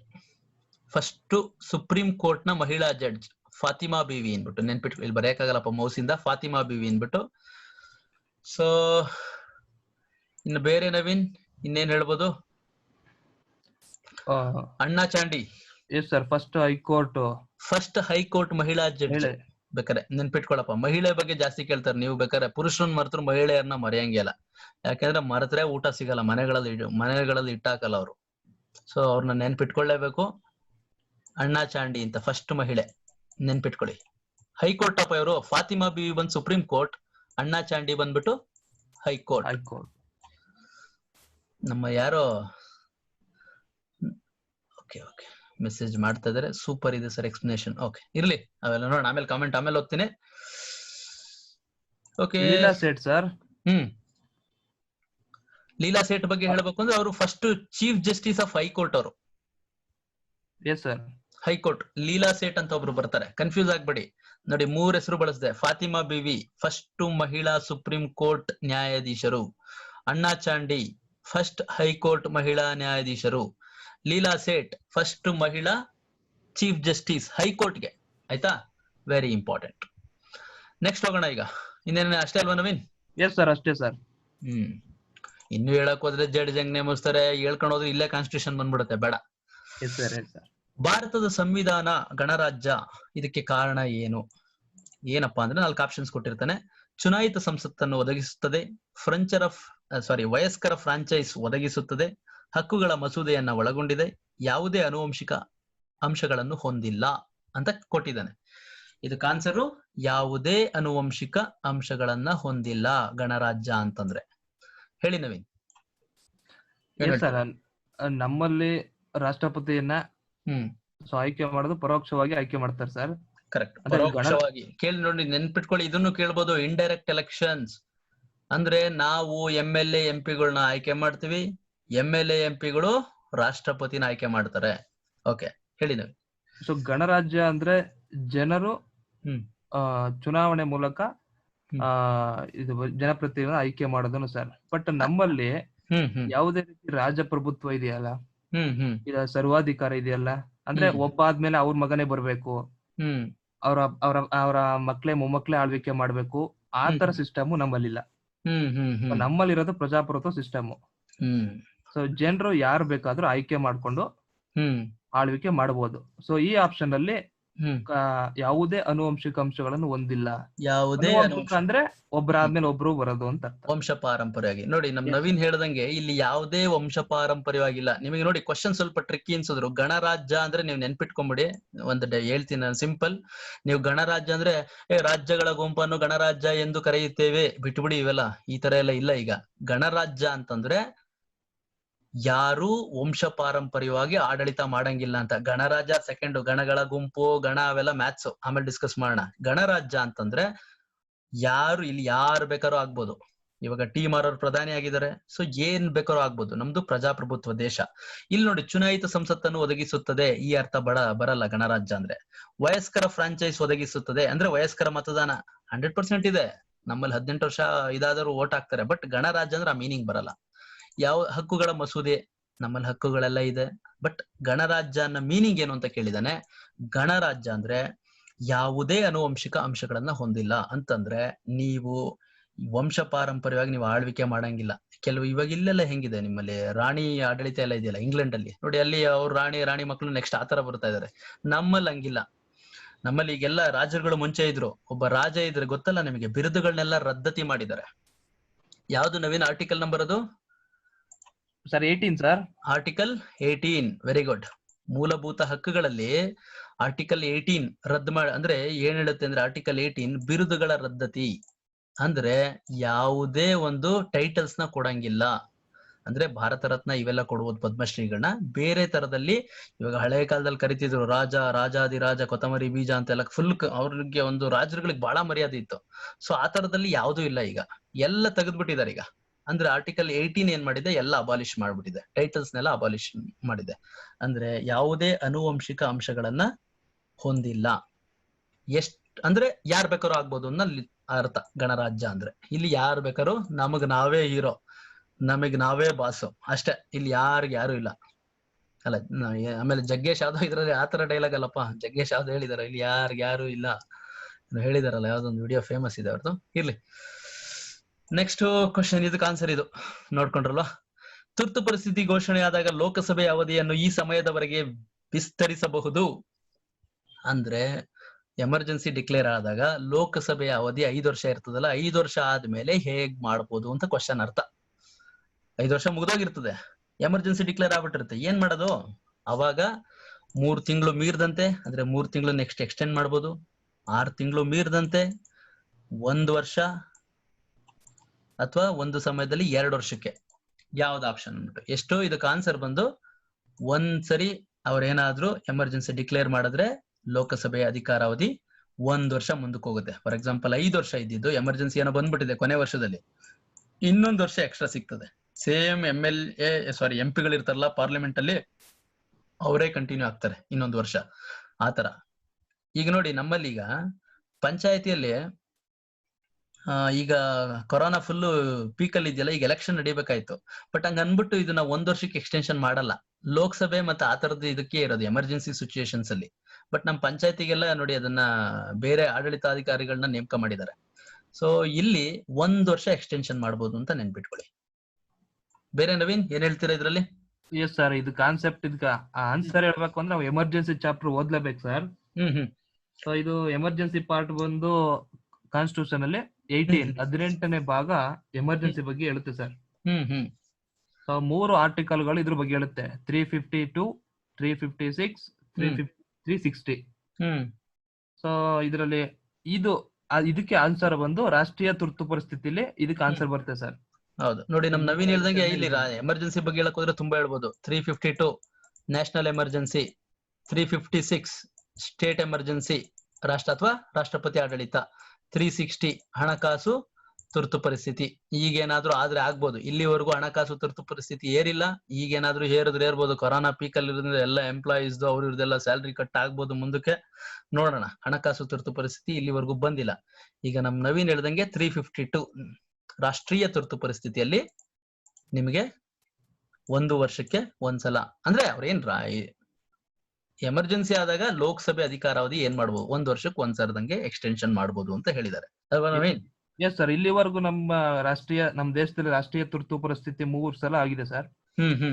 ಒಂದು 1962ರಲ್ಲಿ, ಮತ್ತೆ 1971ರಲ್ಲಿ, ಮತ್ತೆ 1975ರಲ್ಲಿ. ಓಕೆ ನೋಡಿ, ಇವೆಲ್ಲ ಕೇಳಿರೋದಪ್ಪ, 3 ಸಲ ಆಗಿದೆ. ಇದೆಲ್ಲ ಕೇಳಿರೋಂಥದ್ದೇ. ನಾವ್ ಹೇಳಕ್ ಹೋದ್ರೆ ಇನ್ನು ನೋಡಿ, ಎಮರ್ಜೆನ್ಸಿ ಬಗ್ಗೆನೇ 2 ಅವರ್ ಡಿಸ್ಕಸ್ ಮಾಡ್ತೀವಿ ನಾವು. ಇದೆ ಸರ್, ನಮ್ದು ವಿಡಿಯೋ ಯೂಟ್ಯೂಬ್ ಅಲ್ಲಿ ಇದೆ ಸರ್, ಕಂಪ್ಲೀಟ್ ಆಗಿ ಎಮರ್ಜೆನ್ಸಿ ಬಗ್ಗೆ ಮಾತಾಡಿದೀವಿ ಸರ್. ಅದರಲ್ಲಿ ನೋಡಿ, ಎಮರ್ಜೆನ್ಸಿ ಬಗ್ಗೆ ನಮ್ ಯೂಟ್ಯೂಬ್ ಕರೆಕ್ಟ್ ಮಾಡಿದೀವಿ, ಫ್ರೀ ವಿಡಿಯೋನೇ ಇದೆ, ಅದನ್ನ ನೋಡಿ. ಅದ್ರ ಬಗ್ಗೆ ನಿಮಗೆ ಡೀಟೇಲ್ಸ್ ಇದು ಗೊತ್ತಾಗುತ್ತೆ. ಇದೆಲ್ಲ ಕ್ವಶನ್ ಆನ್ಸರ್ಸ್ ಅಲ್ಲಿ ಸಿಗುತ್ತೆ. ಓಕೆ, ನೆಕ್ಸ್ಟ್ ಕ್ವಶನ್ ಹೋಗೋಣ ನವೀನ್. Yes sir. ಓಕೆ, ಭಾರತದ ರಾಷ್ಟ್ರಪತಿಯವರು ರಾಜೀನಾಮೆ ಕೊಡಬೇಕಾದ್ರೆ ಯಾರಿಗೆ ಬರೆದು ತಿಳಿಸಬೇಕು ಅಂತ ಕೇಳಿದ್ದಾರೆ ರಾಷ್ಟ್ರಪತಿಯವರು. ರಾಷ್ಟ್ರಪತಿ ಅದಕ್ಕೆ ಆನ್ಸರ್ ಅಲ್ಲ, ಅದಕ್ಕೆ ಆಪ್ಷನ್ಸ್ ಗಳು ಫಸ್ಟ್ ಅದನ್ನ. ಉಪರಾಷ್ಟ್ರಪತಿ ಕೊಟ್ಟಿದ್ದಾರೆ, ಭಾರತದ ಮುಖ್ಯ ನ್ಯಾಯಾಧೀಶರು, ಪ್ರಧಾನ ಮಂತ್ರಿ, ಲೋಕಸಭೆ ಸ್ಪೀಕರ್ ಅಂತ ಕೊಟ್ಟಿದ್ದಾರೆ. ಇದಕ್ಕೆ ರಾಷ್ಟ್ರಪತಿ ಯಾರಿಗೆ ಕೊಡ್ಬೇಕಪ್ಪ ಅಂತಂದ್ರೆ ಉಪರಾಷ್ಟ್ರಪತಿ ಕೊಡ್ಬೇಕು. Very very important. ಗೊತ್ತಿದೆ, ರಾಷ್ಟ್ರಪತಿಯವರು ಉಪರಾಷ್ಟ್ರಪತಿಯವರಿಗೆ ರಾಜೀನಾಮೆ ಕೊಡ್ಬೇಕು. ಇನ್ ಕೇಸ್ ಉಪರಾಷ್ಟ್ರಪತಿ ಯಾರಿಗೆ ಕೊಡ್ಬೇಕು, ರಾಷ್ಟ್ರಪತಿ ಕೊಡ್ಬೇಕು ಅಷ್ಟೇ ಆಪ್ಷನ್. ಉಪರಾಷ್ಟ್ರಪತಿ ಅಕಸ್ಮಾತ್ ರಾಜೀನಾಮೆ ಕೇಳ್ಬೋದು ನೆಕ್ಸ್ಟ್ ಎಕ್ಸಾಮ್ ಅಲ್ಲಿ. ಉಪರಾಷ್ಟ್ರಪತಿ ಯಾರಿಗೆ ರಾಜೀನಾಮೆ ಕೊಡ್ಬೇಕು ಅಂದ್ರೆ ರಾಷ್ಟ್ರಪತಿ ಕೊಡ್ಬೇಕು. Next CJI. ನವೀನ್ ಹೇಳ್ಕೊಂಡೋಗಿ, ಇವ್ರದೊಂದ್ಸರಿ ಹೇಳ್ಬಿಡಿ. ಎಸ್ ಸರ್, ಸಿಜೆಐ ಬಂದು ರಾಜೀನಾಮೆ ಕೊಡ್ತಾರೆ ಸರ್. ರಾಷ್ಟ್ರಪತಿ ಕೊಡ್ತಾರೆ. ಪ್ರಧಾನ ಮಂತ್ರಿ ರಾಷ್ಟ್ರಪತಿ ಕೊಡ್ತಾರೆ. ನೋಡಿ, ಇಲ್ಲಿ ಸ್ವಲ್ಪ ಕನ್ಫ್ಯೂಸ್ ಮಾಡ್ಕೋತೀರಾ. ಪ್ರಧಾನ ಮಂತ್ರಿ ಹುದ್ದೆಗೆ ಕೊಡ್ಬೇಕಾದ್ರೆ ರಾಷ್ಟ್ರಪತಿ ಕೊಡ್ತಾರೆ. ಇನ್ ಕೇಸ್ ಅವ್ರ ಸ್ಥಾನ MP ಸ್ಥಾನ ಕೊಡ್ಬೇಕು ಅಂದ್ರೆ ಸ್ಪೀಕರ್ ಕೊಡ್ತಾರೆ ಅಲ್ವಾ ನವೀನ್? Very very important. ನೋಡಿ, ಇದಂತೂ ಈ ತರದಲ್ಲಿ ಕೇಳ್ಬಿಡ್ತಾನೆ. ಈಗ ನಾನು ಒಬ್ಬ MP ಅನ್ಕೊಳ್ಳಿ, ನಾನ್ ಪ್ರಧಾನ ಮಂತ್ರಿ ಆಗಿದ್ದೀನಿ, ಇಡೀ ದೇಶಕ್ಕೆ ಪ್ರಧಾನಿ, ಅಟ್ಲೀಸ್ಟ್ ಆತರ ಕನ್ಸಾದ್ರು ಕಾಣನ್ರಿ, ಪ್ರಧಾನಿ ಆಗಿದ್ದೀನಿ. ನಾನ್ ಪ್ರಧಾನಿ ಆದ್ರೆ, ಅದು ನಾನು ಪ್ರಧಾನಿ ಹುದ್ದೆಯಿಂದ ಮಾತ್ರ ಇಳಿತಾ ಇದ್ದೀನಿ ಅಂತ ಅಂದ್ರೆ ನಾನು ರಾಷ್ಟ್ರಪತಿಗೆ ರಾಜೀನಾಮೆ ಕೊಡ್ಬೇಕು. ಅಕಸ್ಮಾತ್ ನಂಗೆ ಈ ಸವಾಸನೆ ಬೇಡಪ್ಪ, ನಾನು MP ನೇ ಬೇಡ, ಈ ಸವಾಸನೆ ಬೇಡ ಅಂತಂದ್ರೆ ನಾನು MP ಹುದ್ದೆ ಕೊಡ್ಬೇಕಾದ್ರೆ ಸ್ಪೀಕರ್ ಕೊಡ್ಬೇಕಾಗತ್ತೆ. Very important. ಇಲ್ಲಿ ಕನ್ಫ್ಯೂಸ್ ಮಾಡ್ತಾರೆ. ಹೇಳಿದವೆ ಸ್ಪೀಕರ್ ಹೇಳಿ. ಲೋಕಸಭೆ ಸ್ಪೀಕರ್ ಉಪ ಸ್ಪೀಕರ್ ಕೊಡ್ತಾರೆ ಸರ್. ಲೋಕಸಭೆ ಸ್ಪೀಕರ್ ಬಂದು ಉಪ ಸ್ಪೀಕರ್ ಕೊಡ್ತಾರೆ. ವೆರಿ ಗುಡ್, ಆಯ್ತು. ನಿಮ್ಗೆ ಇಲ್ಲಿ ಕ್ವಶನ್ ಕೇಳಿದ್ದು ರಾಷ್ಟ್ರಪತಿ ಯಾರಿಗೆ ರಾಜೀನಾಮೆ ಕೊಡ್ತಾರೆ ಅಂತ, ಉಪರಾಷ್ಟ್ರಪತಿಗೆ. ಅದು ಆಯ್ತು. ಇಲ್ಲಿ ಈಗ ನೆಕ್ಸ್ಟ್ ಕ್ವಶನ್, ಕೆಳಗಿನ ಯಾವುದು ಭಾರತ ಸಂವಿಧಾನದ ಮೂಲ ರಚನೆಯಾಗಿಲ್ಲ ಅಂತ ಅಂದ್ಬಿಟ್ಟು, ಅಂದ್ರೆ ಬೇಸಿಕ್ ಸ್ಟ್ರಕ್ಚರ್ ಅಂತ ಇದೆ ನಮ್ಮ ಕಾನ್ಸ್ಟಿಟ್ಯೂಷನ್ ಅಲ್ಲಿ. ನಿಮಗೆ ಗೊತ್ತಿರ್ಬೇಕು ಕೆಳಗಿನ ಯಾವುದು ಭಾರತ ಸಂವಿಧಾನದಲ್ಲಿ ಮೂಲ ರಚನೆಯಾಗಿಲ್ಲ ಅನ್ಬಿಟ್ಟು. 4 ಆಪ್ಷನ್ಸ್ ಕೊಟ್ಟಿದ್ದಾನೆ. ಪ್ರೆಸಿಡೆನ್ಷಿಯಲ್ ಸರ್ಕಾರ, ಪಾರ್ಲಿಮೆಂಟರಿ ಸರ್ಕಾರ, ಫೆಡರಲ್ ಸರ್ಕಾರ, ನ್ಯಾಯಾಂಗದ ಸ್ವಾತಂತ್ರ್ಯ ಅಂತಂದ್ಬಿಟ್ಟು. ಏನಪ್ಪಾ ಇದ್ರ ಅರ್ಥ ಅಂತಂದ್ರೆ, ಬೇಸಿಕ್ ಸ್ಟ್ರಕ್ಚರ್ ನಿಮ್ಗೊಂದು ಹೇಳ್ಬಿಡ್ತೀನಿ, ನಮ್ ನವೀನ್ ಎಕ್ಸ್ಪ್ಲೇನ್ ಮಾಡೋದಕ್ಕಿಂತ ಮುಂಚೆ. 1973 ಅಲ್ಲಿ ಕೇಶವಾನಂದ ಭಾರತಿ ಕೇಸ್ ಅಂತ ಬರ್ತದೆ. Very very important. ಕೇಳಿದಾನೆ. ಕೇಶವಾನಂದ ಭಾರತಿ ಕೇಸಲ್ಲಿ ನೋಡ್ರಪ್ಪ, ಸುಪ್ರೀಂ ಕೋರ್ಟ್ ಹೇಳುತ್ತೆ, ಇವ್ರು ಇಷ್ಟ ಬಂದಂಗ್ ಚೇಂಜ್ ಮಾಡ್ತಿರ್ತಾರೆ. ನಮ್ಮ ಇಂದಿರಾ ಗಾಂಧಿ ಅವ್ರು ಯಾರಿಗೂ ಕೇರ್ ಮಾಡ್ತಿರ್ಲಿಲ್ಲ ಬಿಡಿ. ಅವ್ರ ತರ PM ಒಂಥರ ಡಿಫ್ರೆಂಟ್ PM ಅವ್ರು ಯಾರಿಗೂ ಕೇರೆ ಮಾಡಕ್ತಿರ್ಲಿಲ್ಲ. ಎಲ್ಲ ಸಂವಿಧಾನ ಎಲ್ಲ ತಿದ್ದಿ ಉಲ್ಟಾ ಮಾಡಿ ಮಡಗ್ತಾ ಇದ್ರು. ಅಂದ್ರೆ ಉಲ್ಟಾ ಅಂದ್ರೆ ಇಲ್ಲಿ ಯಾರು ನಾವೇನವ್ರು ನೆಗೆಟಿವ್ ಅಂತಲ್ಲ, ಯಾಕಂದ್ರೆ ನಮ್ ದೇಶದಲ್ಲಿ ಹೇಳ್ಬೇಕು ಅಂದ್ರೆ ಅವ್ರು one of the top leader. ಹೇಳ್ಬೇಕಂದ್ರೆ ಇವತ್ತು ಕೂಡ ಕೆಲವು ರಾತ್ರೋರಾತ್ರಿ ಉಳುವವನೇ ಒಡೆಯ ಅಂತ ಕಾನ್ಸೆಪ್ಟ್ ಗಳೆಲ್ಲ ತಂದಿದ್ದೆ ಅವರು. ಸೊ ಈ ತರದಲ್ಲಿ ಆತರ ರೆವಲ್ಯೂಷನರೀಸ್ ಎಲ್ಲ ಮಾಡಿದಂದ್ರೆ ಅವರೇನೆ. ಕೆಲವು ಒಳ್ಳೇದು ಆಗಿರುತ್ತೆ, ಕೆಲವು ಸಣ್ಣ ಪುಟ್ಟ ಇಶ್ಯೂಸ್ ಇರುತ್ತೆ, ಅದೆಲ್ಲ ಪ್ರಧಾನಿಗಳ ಕಾಲದಲ್ಲೂ ಅದು ಕಾಮನ್. ಈ 1973 ಕೇಶವಾನಂದ ಭಾರತಿ ಕೇಸಲ್ಲಿ ಏನಾಯ್ತಪ್ಪ ಅಂತಂದ್ರೆ, ಸುಪ್ರೀಂ ಕೋರ್ಟ್ ಒಂದು ಸ್ಟ್ರಿಕ್ಟ್ ಡಿಸಿಷನ್ ಕೊಡ್ತು. ನೋಡ್ರಪ್ಪ, ನೀವ್ ಏನ್ ಬೇಕಾದ್ರೂ ತಿದ್ದುಪಡಿ ಮಾಡ್ಕೊಳ್ರಯ್ಯ, ಆದ್ರೆ ನಮ್ಮ ಸಂವಿಧಾನದಲ್ಲಿ ಕೆಲವು ಬೇಸಿಕ್ ಸ್ಟ್ರಕ್ಚರ್. ನೀವ್ ಕೇಳ್ಬೋದು, ಸರ್ ಬೇಸಿಕ್ ಸ್ಟ್ರಕ್ಚರ್ ಅಂದ್ರೆ ಏನ್ ಸರ್? ಬೇಸಿಕ್ ಸ್ಟ್ರಕ್ಚರ್ ಅಂದ್ರೆ ಏನಿಲ್ಲ, ನಮ್ದು ಇಂಡಿಪೆಂಡೆಂಟ್ ಜುಡಿಷಿಯರಿ, ಸ್ವತಂತ್ರ ನ್ಯಾಯಾಂಗ ಇರ್ತದೆ, ಜಾತ್ಯತೀತತೆ, ಆಮೇಲೆ ಸಾರ್ವಭೌಮತ್ವ ಅನ್ನೋ ಕೆಲವು ಕಾನ್ಸೆಪ್ಟ್, ಮೂಲಭೂತ ಹಕ್ಕುಗಳು. ಇವನ್ ಅಂದ್ರೆ ಈ ಜಾತ್ಯತೀತತೆ, ಸಮಗ್ರತೆ, ಐಕ್ಯತೆ, ಕೆಲವು ವಿಚಾರಗಳು ಈ ಪ್ರಿಯಾಂಬಲ್ ಇದೆಯಲ್ಲ, ಪ್ರಸ್ತಾವನೆಯಲ್ಲಿ, ನಮ್ಮ ಭಾರತ ಸಂವಿಧಾನದ ಪ್ರಸ್ತಾವನೆಯಲ್ಲಿ ಇರ್ತಕ್ಕಂಥ ಅಂಶಗಳನ್ನ ನೀವು ಏನು ಬದಲಾಯಿಸಕ್ ಹೋಗ್ಬೇಡಿ. ಅಂದ್ರೆ ಈಗ ಫಾರ್ ಎಕ್ಸಾಂಪಲ್ ಸಾರ್ವಭೌಮತೆ ಅಂತ ಇರುತ್ತೆ. ನಾಳೆ ತಗೊಂಡೋಗ್ ಸಾರ್ವಭೌಮತೆ ಅಂದ್ರೆ ನಾವ್ ಯಾರ ಅಡಿಯಾಳು ಅಲ್ಲ ಅಂತ ಅದು ಆಕ್ಚುಲಿ. ಸೊ ಹಂಗಿದ್ದಾಗ ನೀವು ತಗೊಂಡೋಗಿ ಅಡ ಇಟ್ಬಿಡಕ್ಕಾಗಲ್ಲ ನಮ್ ದೇಶನ ಬೇರೆ ಯಾರಿಗೋ. ಸಾರ್ವಭೌಮ ಅಂದ್ರೆ ನಮಗ್ ನಾವೇ ಬಾಸ್, ಹೇಳದ್ನಲ್ಲ ನಿಮ್ಗೆ. ಆತರ ಇದ್ದಾಗ ಈ ತರ ವಿಚಾರಗಳಿಗೆ ನೀವು ತಿದ್ದುಪಡಿ ಮಾಡಬೇಡಿ ಅಂತ ಹೇಳ್ತಾರೆ. ಸಿಂಪಲ್. ಕೇಶವಾನಂದ ಭಾರತಿ ಕೇಸಲ್ಲಿ 1973 ಅಲ್ಲಿ ಮೂಲ ರಚನೆಗೆ ಧಕ್ಕೆಯಾಗದಂತೆ ನೀವೇನ್ ಬೇಕಾದ್ರೂ ತಿದ್ದುಪಡಿ ಮಾಡ್ಕೊಳ್ಳಿ ಅಂತ ಹೇಳಿದೆ. Very important. ಸಂವಿಧಾನದಲ್ಲಿ ನೀವೇನ್ ಬೇಕಾದ್ರೂ ತಿದ್ದುಪಡಿ ಮಾಡಬಹುದು, ಬಟ್ ಮೂಲ ರಚನೆಗೆ ಯಾವುದೇ ಧಕ್ಕೆ ಮಾಡಬೇಡಿ ಅಂತ ಹೇಳಿದೆ. ಇದು ಕೇಶವಾನಂದ ಭಾರತಿ ಕೇಸಲ್ಲಿ. ನಮ್ ನವೀನ್ ಈ ಕ್ವಶನ್ಗೆ ಎಕ್ಸ್ಪ್ಲೇನ್ ಮಾಡ್ತಾರೆ. ಹೇಳಿ ನವೀನ್. ಎಸ್ ಸರ್, ಅಧ್ಯಕ್ಷೀಯ ಮಾದರಿ ಪ್ರೆಸಿಡೆನ್ಷಿಯಲ್ ಸರ್ಕಾರ ಬಂದು ಅಧ್ಯಕ್ಷೀಯ ಮಾದರಿ ಸರ್ಕಾರ ಅಂತ ಕನ್ನಡದಲ್ಲಿ. ಸೊ ಈ ಕಾನ್ಸೆಪ್ಟ್ ನಾವೆಲ್ಲ ನೋಡೋದು US ಅಲ್ಲಿ ನೋಡ್ತೀವಿ. ಅಂದ್ರೆ US ಅಲ್ಲಿ ಅಧ್ಯಕ್ಷರೇ ಸೊ ಅಲ್ಲಿನ ರಾಷ್ಟ್ರದ ಮುಖ್ಯಸ್ಥರಾಗಿರ್ತಾರೆ. ಸೊ ಪಾರ್ಲಿಮೆಂಟರಿ ಸಿಸ್ಟಮ್ ಇದನ್ನ ನಮ್ಮ ದೇಶದ ಸಂಸದೀಯ ಪದ್ಧತಿ, ನಮ್ಮ ಪಾರ್ಲಿಮೆಂಟರಿ ಸರ್ಕಾರ ನಮ್ದು, ಎಲ್ಲ MP ಗಳು, ಪ್ರೈಮ್ ಮಿನಿಸ್ಟರ್ ಇವೆಲ್ಲ ನಮ್ದು. Yes sir. ಈ ಫೆಡರಲ್ ಸರ್ಕಾರ ಅಂದ್ರೆ ಮತ್ತೆ ರಾಷ್ಟ್ರ ನ್ಯಾಷನಲ್ ಲೆವೆಲ್ ಮತ್ತೆ ಸ್ಟೇಟ್ ಲೆವೆಲ್ ಮತ್ತೆ ಲೋಕಲ್ ಅಲ್ಲಿ ಇವುಗಳ ನಡುವೆ ಅಧಿಕಾರಗಳ ಹಂಚಿಕೆಯನ್ನ ನಾವು ಫೆಡರಲ್ ಸರ್ಕಾರ ಅಂತ ಕರಿತೀವಿ. ಕರೆಕ್ಟ್. ಫೆಡರಲ್ ಗವರ್ಮೆಂಟ್ ಅಂದ್ರೆ ನಮ್ದು ಡಿಸ್ಟ್ರಿಬ್ಯೂಷನ್ ಆಫ್ ಪವರ್ಸ್ ಅಂದ್ಬಿಟ್ಟು ಈ ಸೆಂಟ್ರಲ್ ಮತ್ತೆ ಸ್ಟೇಟ್ ನಡುವೆ ಆಗೋದು. Very good. ಇದು ನಿಮ್ಗೆ ಕನ್ಕರೆಂಟ್ ಲಿಸ್ಟ್, ಸ್ಟೇಟ್ ಲಿಸ್ಟ್ ಅಂತ ಎಲ್ಲ ಬರುತ್ತಲ್ಲ, ಯೂನಿಯನ್ ಲಿಸ್ಟ್ ಅಂತ ಎಲ್ಲ ಅವ್ರಿಗೆ ಅಧಿಕಾರಗಳನ್ನ ಕೊಟ್ಟಿರ್ತಾರೆ. ಇದು ಫೆಡರಲ್ ಗವರ್ಮೆಂಟ್. ಇದು ಕೂಡ ಭಾರತದಲ್ಲಿ ಇದೆ. ನೆಕ್ಸ್ಟ್ ಸ್ವತಂತ್ರ ನ್ಯಾಯಾಂಗದ ಸ್ವಾತಂತ್ರ್ಯ. ನೋಡಿ ಇದೆಲ್ಲ ಕೂಡ ಇದು ಇದು ಇದು ಮೂರು ಭಾರತ ಸಂವಿಧಾನದಲ್ಲಿದೆ. ಈ ಪ್ರೆಸಿಡೆನ್ಷಿಯಲ್ ಸರ್ಕಾರ ಅಂದ್ರೆ ಅಧ್ಯಕ್ಷೀಯ ಮಾದರಿ. ನಮ್ ನವೀನ್ ಹೇಳದಂಗೆ ಅಧ್ಯಕ್ಷೀಯ ಮಾದರಿ ಅಂದ್ರೆ ನಿಮ್ಗೆಲ್ಲ ದೊಡ್ಡಣ್ಣ ಅಂತ ಕರಿತಿರಲ್ಲ ಅಮೆರಿಕಾ, ಇವ್ರಿಗೆ ಅಲ್ಲಿ ಈ ತರ ಇರೋದು. ನಮ್ಮ ಭಾರತದಲ್ಲಿ ಇಲ್ಲ. ಇವ್ರು ಕೇಳಿದ್ದು ಭಾರತ ಸಂವಿಧಾನದ ಮೂಲ ರಚನೆ ಆಗಿಲ್ಲ ಅಂದ್ರೆ ಇದಿಲ್ಲ, ಈಸಿಯಾಗಿ ಎಲಿಮಿನೇಟ್ ಮಾಡಬಹುದು ಅಲ್ವಾ Naveen? Yes sir. Okay, next ರಾಜ್ಯ ವಿಶ್ವವಿದ್ಯಾಲಯಗಳ ಚಾನ್ಸಲರ್ ಯಾರಿರುತ್ತಾರೆ? ಯಾರಿರ್ತಾರೆ ನವೀನ್? Governor sir. ಈಗ ಕರ್ನಾಟಕದಲ್ಲಿ ಮೈಸೂರು ಯೂನಿವರ್ಸಿಟಿಗಳಿದಾವೆ, ಬೆಂಗಳೂರು ಯೂನಿವರ್ಸಿಟಿ ಇದೆ, ಹಂಪಿ ಯೂನಿವರ್ಸಿಟಿ ಇದೆ. ಈ ಯೂನಿವರ್ಸಿಟಿಗಳಿಗೆಲ್ಲ ಉಪ ಕುಲಪತಿಗಳನ್ನ ನೇಮಕ ಮಾಡೋರು ಯಾರು ಅಂದ್ರೆ ಗವರ್ನರ್ ಗಳಾಗಿರ್ತಾರೆ. ಅವರನ್ನ ಕುಲಪತಿ ಅಂತ ಕರೆಯೋದು. ಯಾಕಂದ್ರೆ ಅದಕ್ಕೋಸ್ಕರನೇ ಎಲ್ಲಾ ವಿಶ್ವವಿದ್ಯಾಲಯಗಳ ಹೆಡ್ ಅವರೇನೆ, governor. Yes sir, governor appoint ಮಾಡೋದು ಅವ್ರನ್ನೆಲ್ಲ. ಗವರ್ನರ್ ಉಪಕುಲಪತಿಗಳನ್ನ ಅಪಾಯಿಂಟ್ ಮಾಡ್ತಾರೆ. ಉಪಕುಲಪತಿಗಳು ಅಂದ್ರೆ ವೈಸ್ ಚಾನ್ಸಲರ್ಸ್ ಅಂತ ಬರ್ತಾರಲ್ಲ, ಅವ್ರನ್ನ ಅಪಾಯಿಂಟ್ ಮಾಡೋದು ಇವರು. ಬಟ್ ಅವನ್ ಎಕ್ಸಾಮ್ ಅಲ್ಲಿ ಏನ್ ಕೇಳಿದ್ದ, ಎಲ್ಲ ವಿಶ್ವವಿದ್ಯಾಲಯಗಳ ಚಾನ್ಸಲರ್ ಯಾರು? ಚಾನ್ಸಲರ್ ಅಂದ್ರೆ ನಮ್ಮ ಗವರ್ನರ್ ಇರ್ತಾರೆ, ನಮ್ಮ ರಾಜ್ಯಪಾಲರು. Very important. Next question, Bharat ಸರ್ಕಾರದ ಮೊದಲನೆಯ ಕಾನೂನು ಅಧಿಕಾರಿ ಯಾರು? ಅಂದ್ರೆ ನಮ್ಮ ದೇಶದ ಲಾಯರ್ ಯಾರು? ಕಾನೂನು ಅಧಿಕಾರಿ ಅಂದ್ರೆ ಲಾಯರ್ ಯಾರು ಅಂದ್ಬಿಟ್ಟು. ಇದಕ್ಕೆ 4 ಆಪ್ಷನ್ಸ್ ಕೊಟ್ಟಿರ್ತಾರೆ. ಯಾವ್ದಾವ್ದು? CAG, ಕಾನೂನು ಮಂತ್ರಿ, ಭಾರತದ ಮುಖ್ಯ ನ್ಯಾಯಾಧೀಶರು, ಅಟಾರ್ನಿ ಜನರಲ್ ಆಫ್ ಇಂಡಿಯಾ ಅಂತ 4 ಕೊಟ್ಟಿದ್ದಾನೆ ಆಪ್ಷನ್. ಇದಕ್ಕೆ CAG ಆಗಲ್ಲ. ಯಾಕೆಂದ್ರೆ CAG ಅವ್ರು ಬಂದ್ಬಿಟ್ಟು ಆಡಿಟರ್. ಇವರು ಆಡಿಟರ್ ಅಂತ ನೆನ್ಪಿಟ್ಕೊಳ್ಳಿ. Controller and auditor general of India. ಇವರು ಲೆಕ್ಕ ಪರಿಶೋಧನೆನ ಮಾಡೋ ಅಂತರು. ಸೊ ಇನ್ನ ಕಾನೂನು ಮಂತ್ರಿ ಲಾ ಮಿನಿಸ್ಟರ್ ಆಗಲ್ಲ. ಭಾರತದ ಮುಖ್ಯ ನ್ಯಾಯಾಧೀಶರು ಕೂಡ ಆಗಲ್ಲ. ಲಾಯರ್ ಕೇಳಿರೋದು. ಲಾಯರ್ ಯಾರಪ್ಪ ಅಂದ್ರೆ attorney general of India. Very important. Attorney general of India ಅವರು ನಮ್ಮ ದೇಶದ ಯಾವುದೇ, ಭಾರತ ಸರ್ಕಾರದ ಯಾವುದೇ ಕಾನೂನು ಅಂದ್ರೆ ಕೇಸ್ ಆಗ್ಲಿ ಅವರೇ ತಗೋಬೇಕು. Attorney general of India. ಏನ್ ಹೇಳ್ತೀರಾ ನವೀನ್? ಅಟಾರ್ನಿ ಇದ್ರ ಬಗ್ಗೆ ಏನಾದ್ರು ಹೇಳ್ತೀರಾ? ಎಸ್ ಸರ್, ಇದೆ. ಇವರು ಕಾನ್ಸ್ಟಿಟ್ಯೂಷನ್ ಅಲ್ಲಿ ಇದ್ರ ಬಗ್ಗೆ ಹೇಳೋದು, ಅಟಾರ್ನಿ ಜನರಲ್ ಬಗ್ಗೆ ಹೇಳೋದು 76 sir. Very important. Article number 76 attorney general of India ಇವ್ರ ಬಗ್ಗೆ ಹೇಳುತ್ತೆ ಸರ್. ಇವರನ್ನ ರಾಷ್ಟ್ರಪತಿ ನೇಮಕ ಮಾಡ್ತಾರೆ. ರಾಷ್ಟ್ರಪತಿ ನೇಮಕ ಮಾಡ್ತಾರೆ. ಓಕೆ. Yes sir. ಇವರು ಸಂಸತ್ತಿನಲ್ಲಿ ಭಾಗವಹಿಸಬಹುದು. ಮತ್ತೆ ಬಟ್ ಮತ ಚಲಾಯಿಸೋ ಆಗಿಲ್ಲ. ಇವರು ಅಟಾರ್ನಿ ಜನರಲ್ ಸಂಸತ್ತು ಅಂದ್ರೆ ಲೋಕಸಭೆ, ರಾಜ್ಯಸಭೆ, ಇಲ್ಲಿ ಎರಡೂ ಕೂಡ ಅಂದ್ರೆ ರಾಷ್ಟ್ರಪತಿನೂ ಸೇರ್ಕೋತಾರಲ್ಲಿ. ಬಟ್ ಇವರು ಅಟಾರ್ನಿ ಜನರಲ್ ಅವರು ಲೋಕಸಭೆ, ರಾಜ್ಯಸಭೆ ಎರಡರಲ್ಲೂ ಭಾಗವಹಿಸಬಹುದು, ಆದ್ರೆ ಮತ ಹಾಕುವಂತಿಲ್ಲ. ಆತರ ಹೇಳಿರೋ ಆರ್ಟಿಕಲ್ ಯಾವ್ದು ಅಂದ್ರೆ 88. Yes sir, 88. Very important. 76 ಅವ್ರ ನೇಮಕ, 88 ಅಟಾರ್ನಿ ಜನರಲ್ ಅಂತ ಎರಡೇ ಆರ್ಟಿಕಲ್ ನೀವು ನೆನ್ಪಿಟ್ಕೋಬೇಕಾಗಿರೋದು. ನೋಡಿ ಎಷ್ಟು ಸಿಂಪಲ್ ಕಾನ್ಸ್ಟಿಟ್ಯೂಷನ್. ಸೊ CAG ಬಂದು 148 ಸರ್.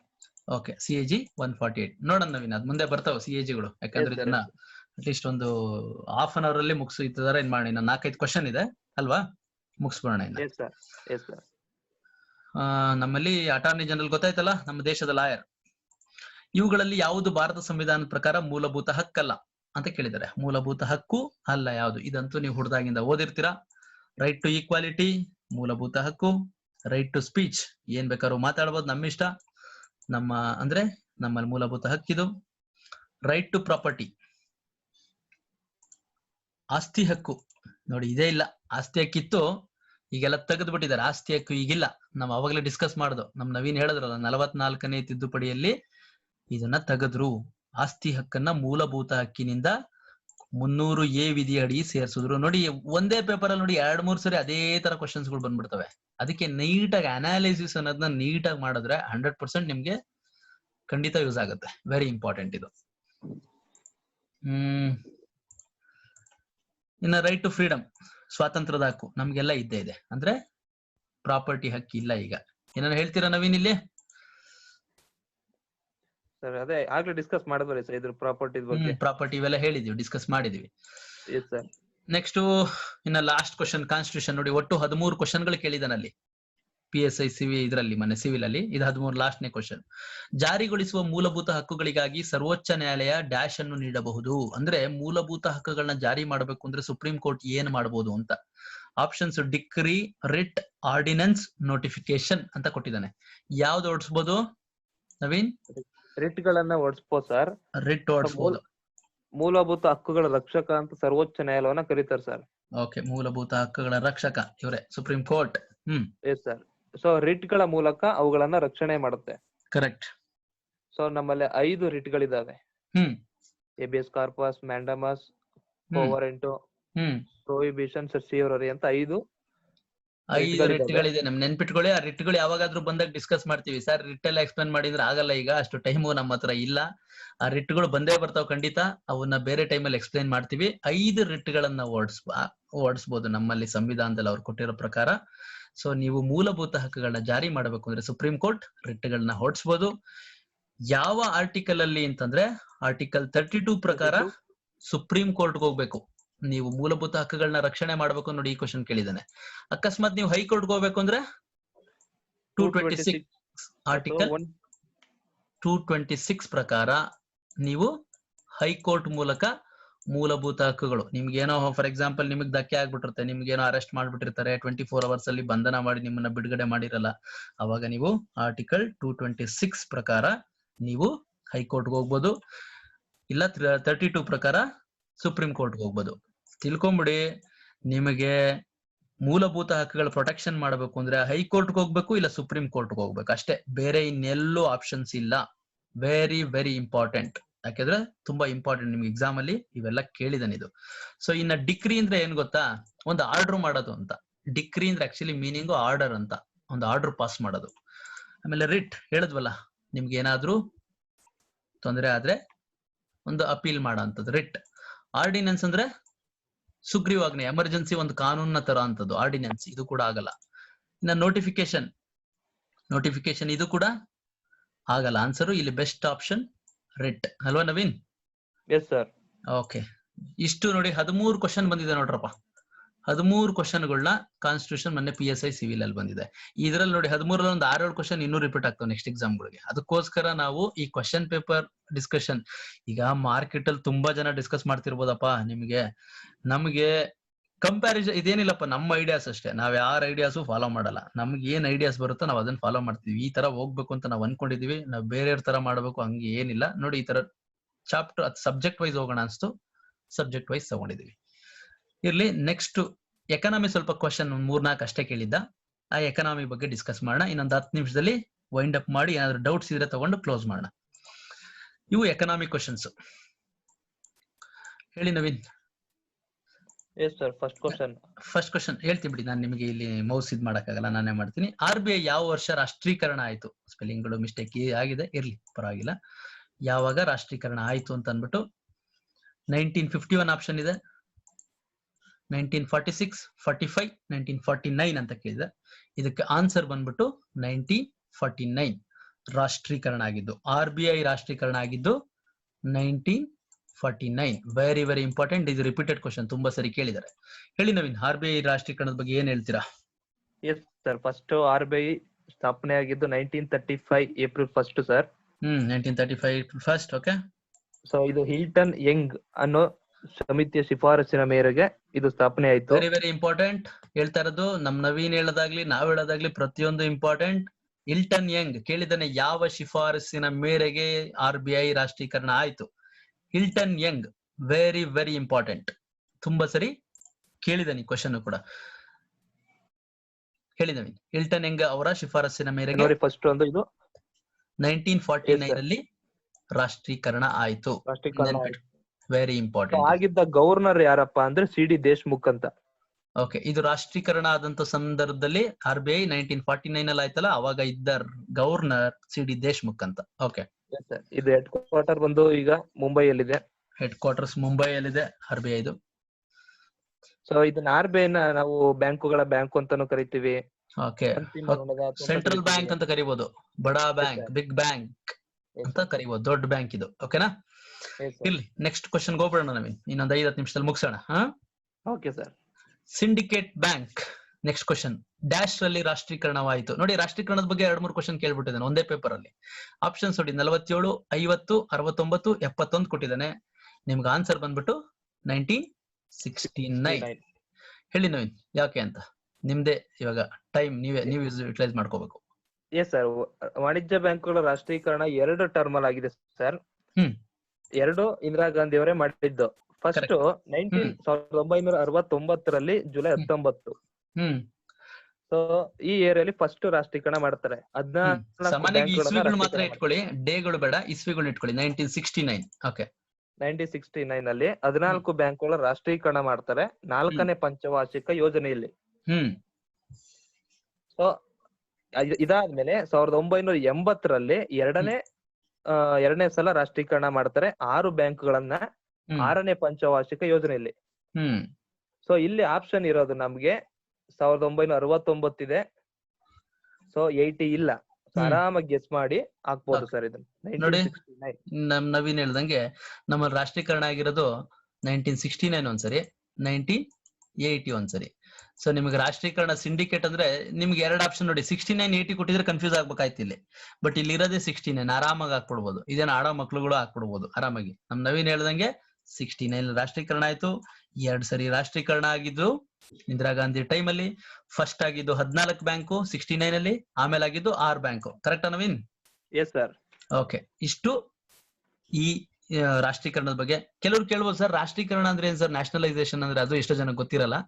ಬಟ್ ಸಿಂಪಲ್ ಆಗಿ ನನಗೆ ಗೊತ್ತಿರೋ ಒಂದು ಇದ್ರಲ್ಲಿ ಜಸ್ಟ್ ಒಂದ್ ವರ್ಡ್ ಅಲ್ಲಿ ಹೇಳ್ಬಿಡ್ತೀನಿ. ರಾಷ್ಟ್ರೀಕರಣ ಅಂದ್ರೆ ಸಿಂಪಲ್ ಆಗಿ ತಿಳ್ಕೊಳ್ಳಿ, ಪ್ರೈವೇಟ್ ಬ್ಯಾಂಕ್ ಇದ್ದವು ಪಬ್ಲಿಕ್ ಬ್ಯಾಂಕ್ ತರ ವರ್ಕ್ ಆಯ್ತು. ಅಂದ್ರೆ ಮೆಜಾರಿಟಿ ಶೇರ್ಸ್ ನೆಲ್ಲ ಸ್ವಲ್ಪ ಸರ್ಕಾರ ಕೈಗೆ ತಗೋತು ಅಂತಂದ್ರೆ ಎಲ್ಲ ಕಂಟ್ರೋಲ್ನು ಸ್ವಲ್ಪ ಸರ್ಕಾರದ ಲೆವೆಲ್ಗೆ. ಫಾರ್ ಎಕ್ಸಾಂಪಲ್ 80% ಪ್ರೈವೇಟ್ ಇದ್ದು 20 ಗವರ್ಮೆಂಟ್ ಇತ್ತು ಅಂತ ಇಟ್ಕೊಳ್ಳಿ, ಅದನ್ನ 40 ಪ್ರೈವೇಟ್ ಕೊಟ್ಟು 60 ಗವರ್ಮೆಂಟ್ ತಗೋದು ಅಂತ ಇಟ್ಕೊಳ್ಳಿ. Majority government control. ಯಾಕಂದ್ರೆ ಆಮೇಲೆ ಯಾರೋ ಪ್ರೈವೇಟ್ ಅವರು ಈಗ ನಮ್ ವಿಜಯ್ ಮಲ್ಯ ಏನ್ ಮಾಡಿದ್ರು, ಮತ್ತೆ IMA ಜ್ಯುವೆಲ್ಸ್ ಗೊತ್ತಲ್ಲ, ಮೊನ್ನೆಲ್ಲ ಏನೇನ್ ಇಶ್ಯೂ ಆಗಿದೆ, IAS ಆಫೀಸರ್ ಏನ್ ಮಾಡ್ಕೊಂಡ್ರು, ಅದೆಲ್ಲ ನಿಮಗೆ ನ್ಯೂಸ್ ಅಲ್ಲಿ ಇದೆ. ಈ ತರ ಸಮಸ್ಯೆಗಳಾಗಬಾರ್ದು, ಗವರ್ಮೆಂಟ್ ಕಂಟ್ರೋಲ್ ಇರ್ಲಿ ಅನ್ಬಿಟ್ಟು ಮಾಡಿದ್ರು. ಸೊ ಅದೆಲ್ಲ ಗೊತ್ತಿದೆ, ಅದ್ರ ಬಗ್ಗೆ ಡಿಸ್ಕಸ್ ಮಾಡೋಣ. ನೆಕ್ಸ್ಟ್ ಕ್ವಶನ್ಗೆ ಹೋಗೋಣ. ನೋಡಿ, ರಾಷ್ಟ್ರೀಕರಣ ಆಗಿ 69 ಗೊತ್ತಾಯ್ತು. ನೆಕ್ಸ್ಟ್ ಕ್ವಶನ್ ಬೆಲೆಗಳ ಇನ್ನು 2-3 ಕ್ವಶನ್ ಇದೆ ಅಷ್ಟೇ, ಮುಗಿಸೋಣ.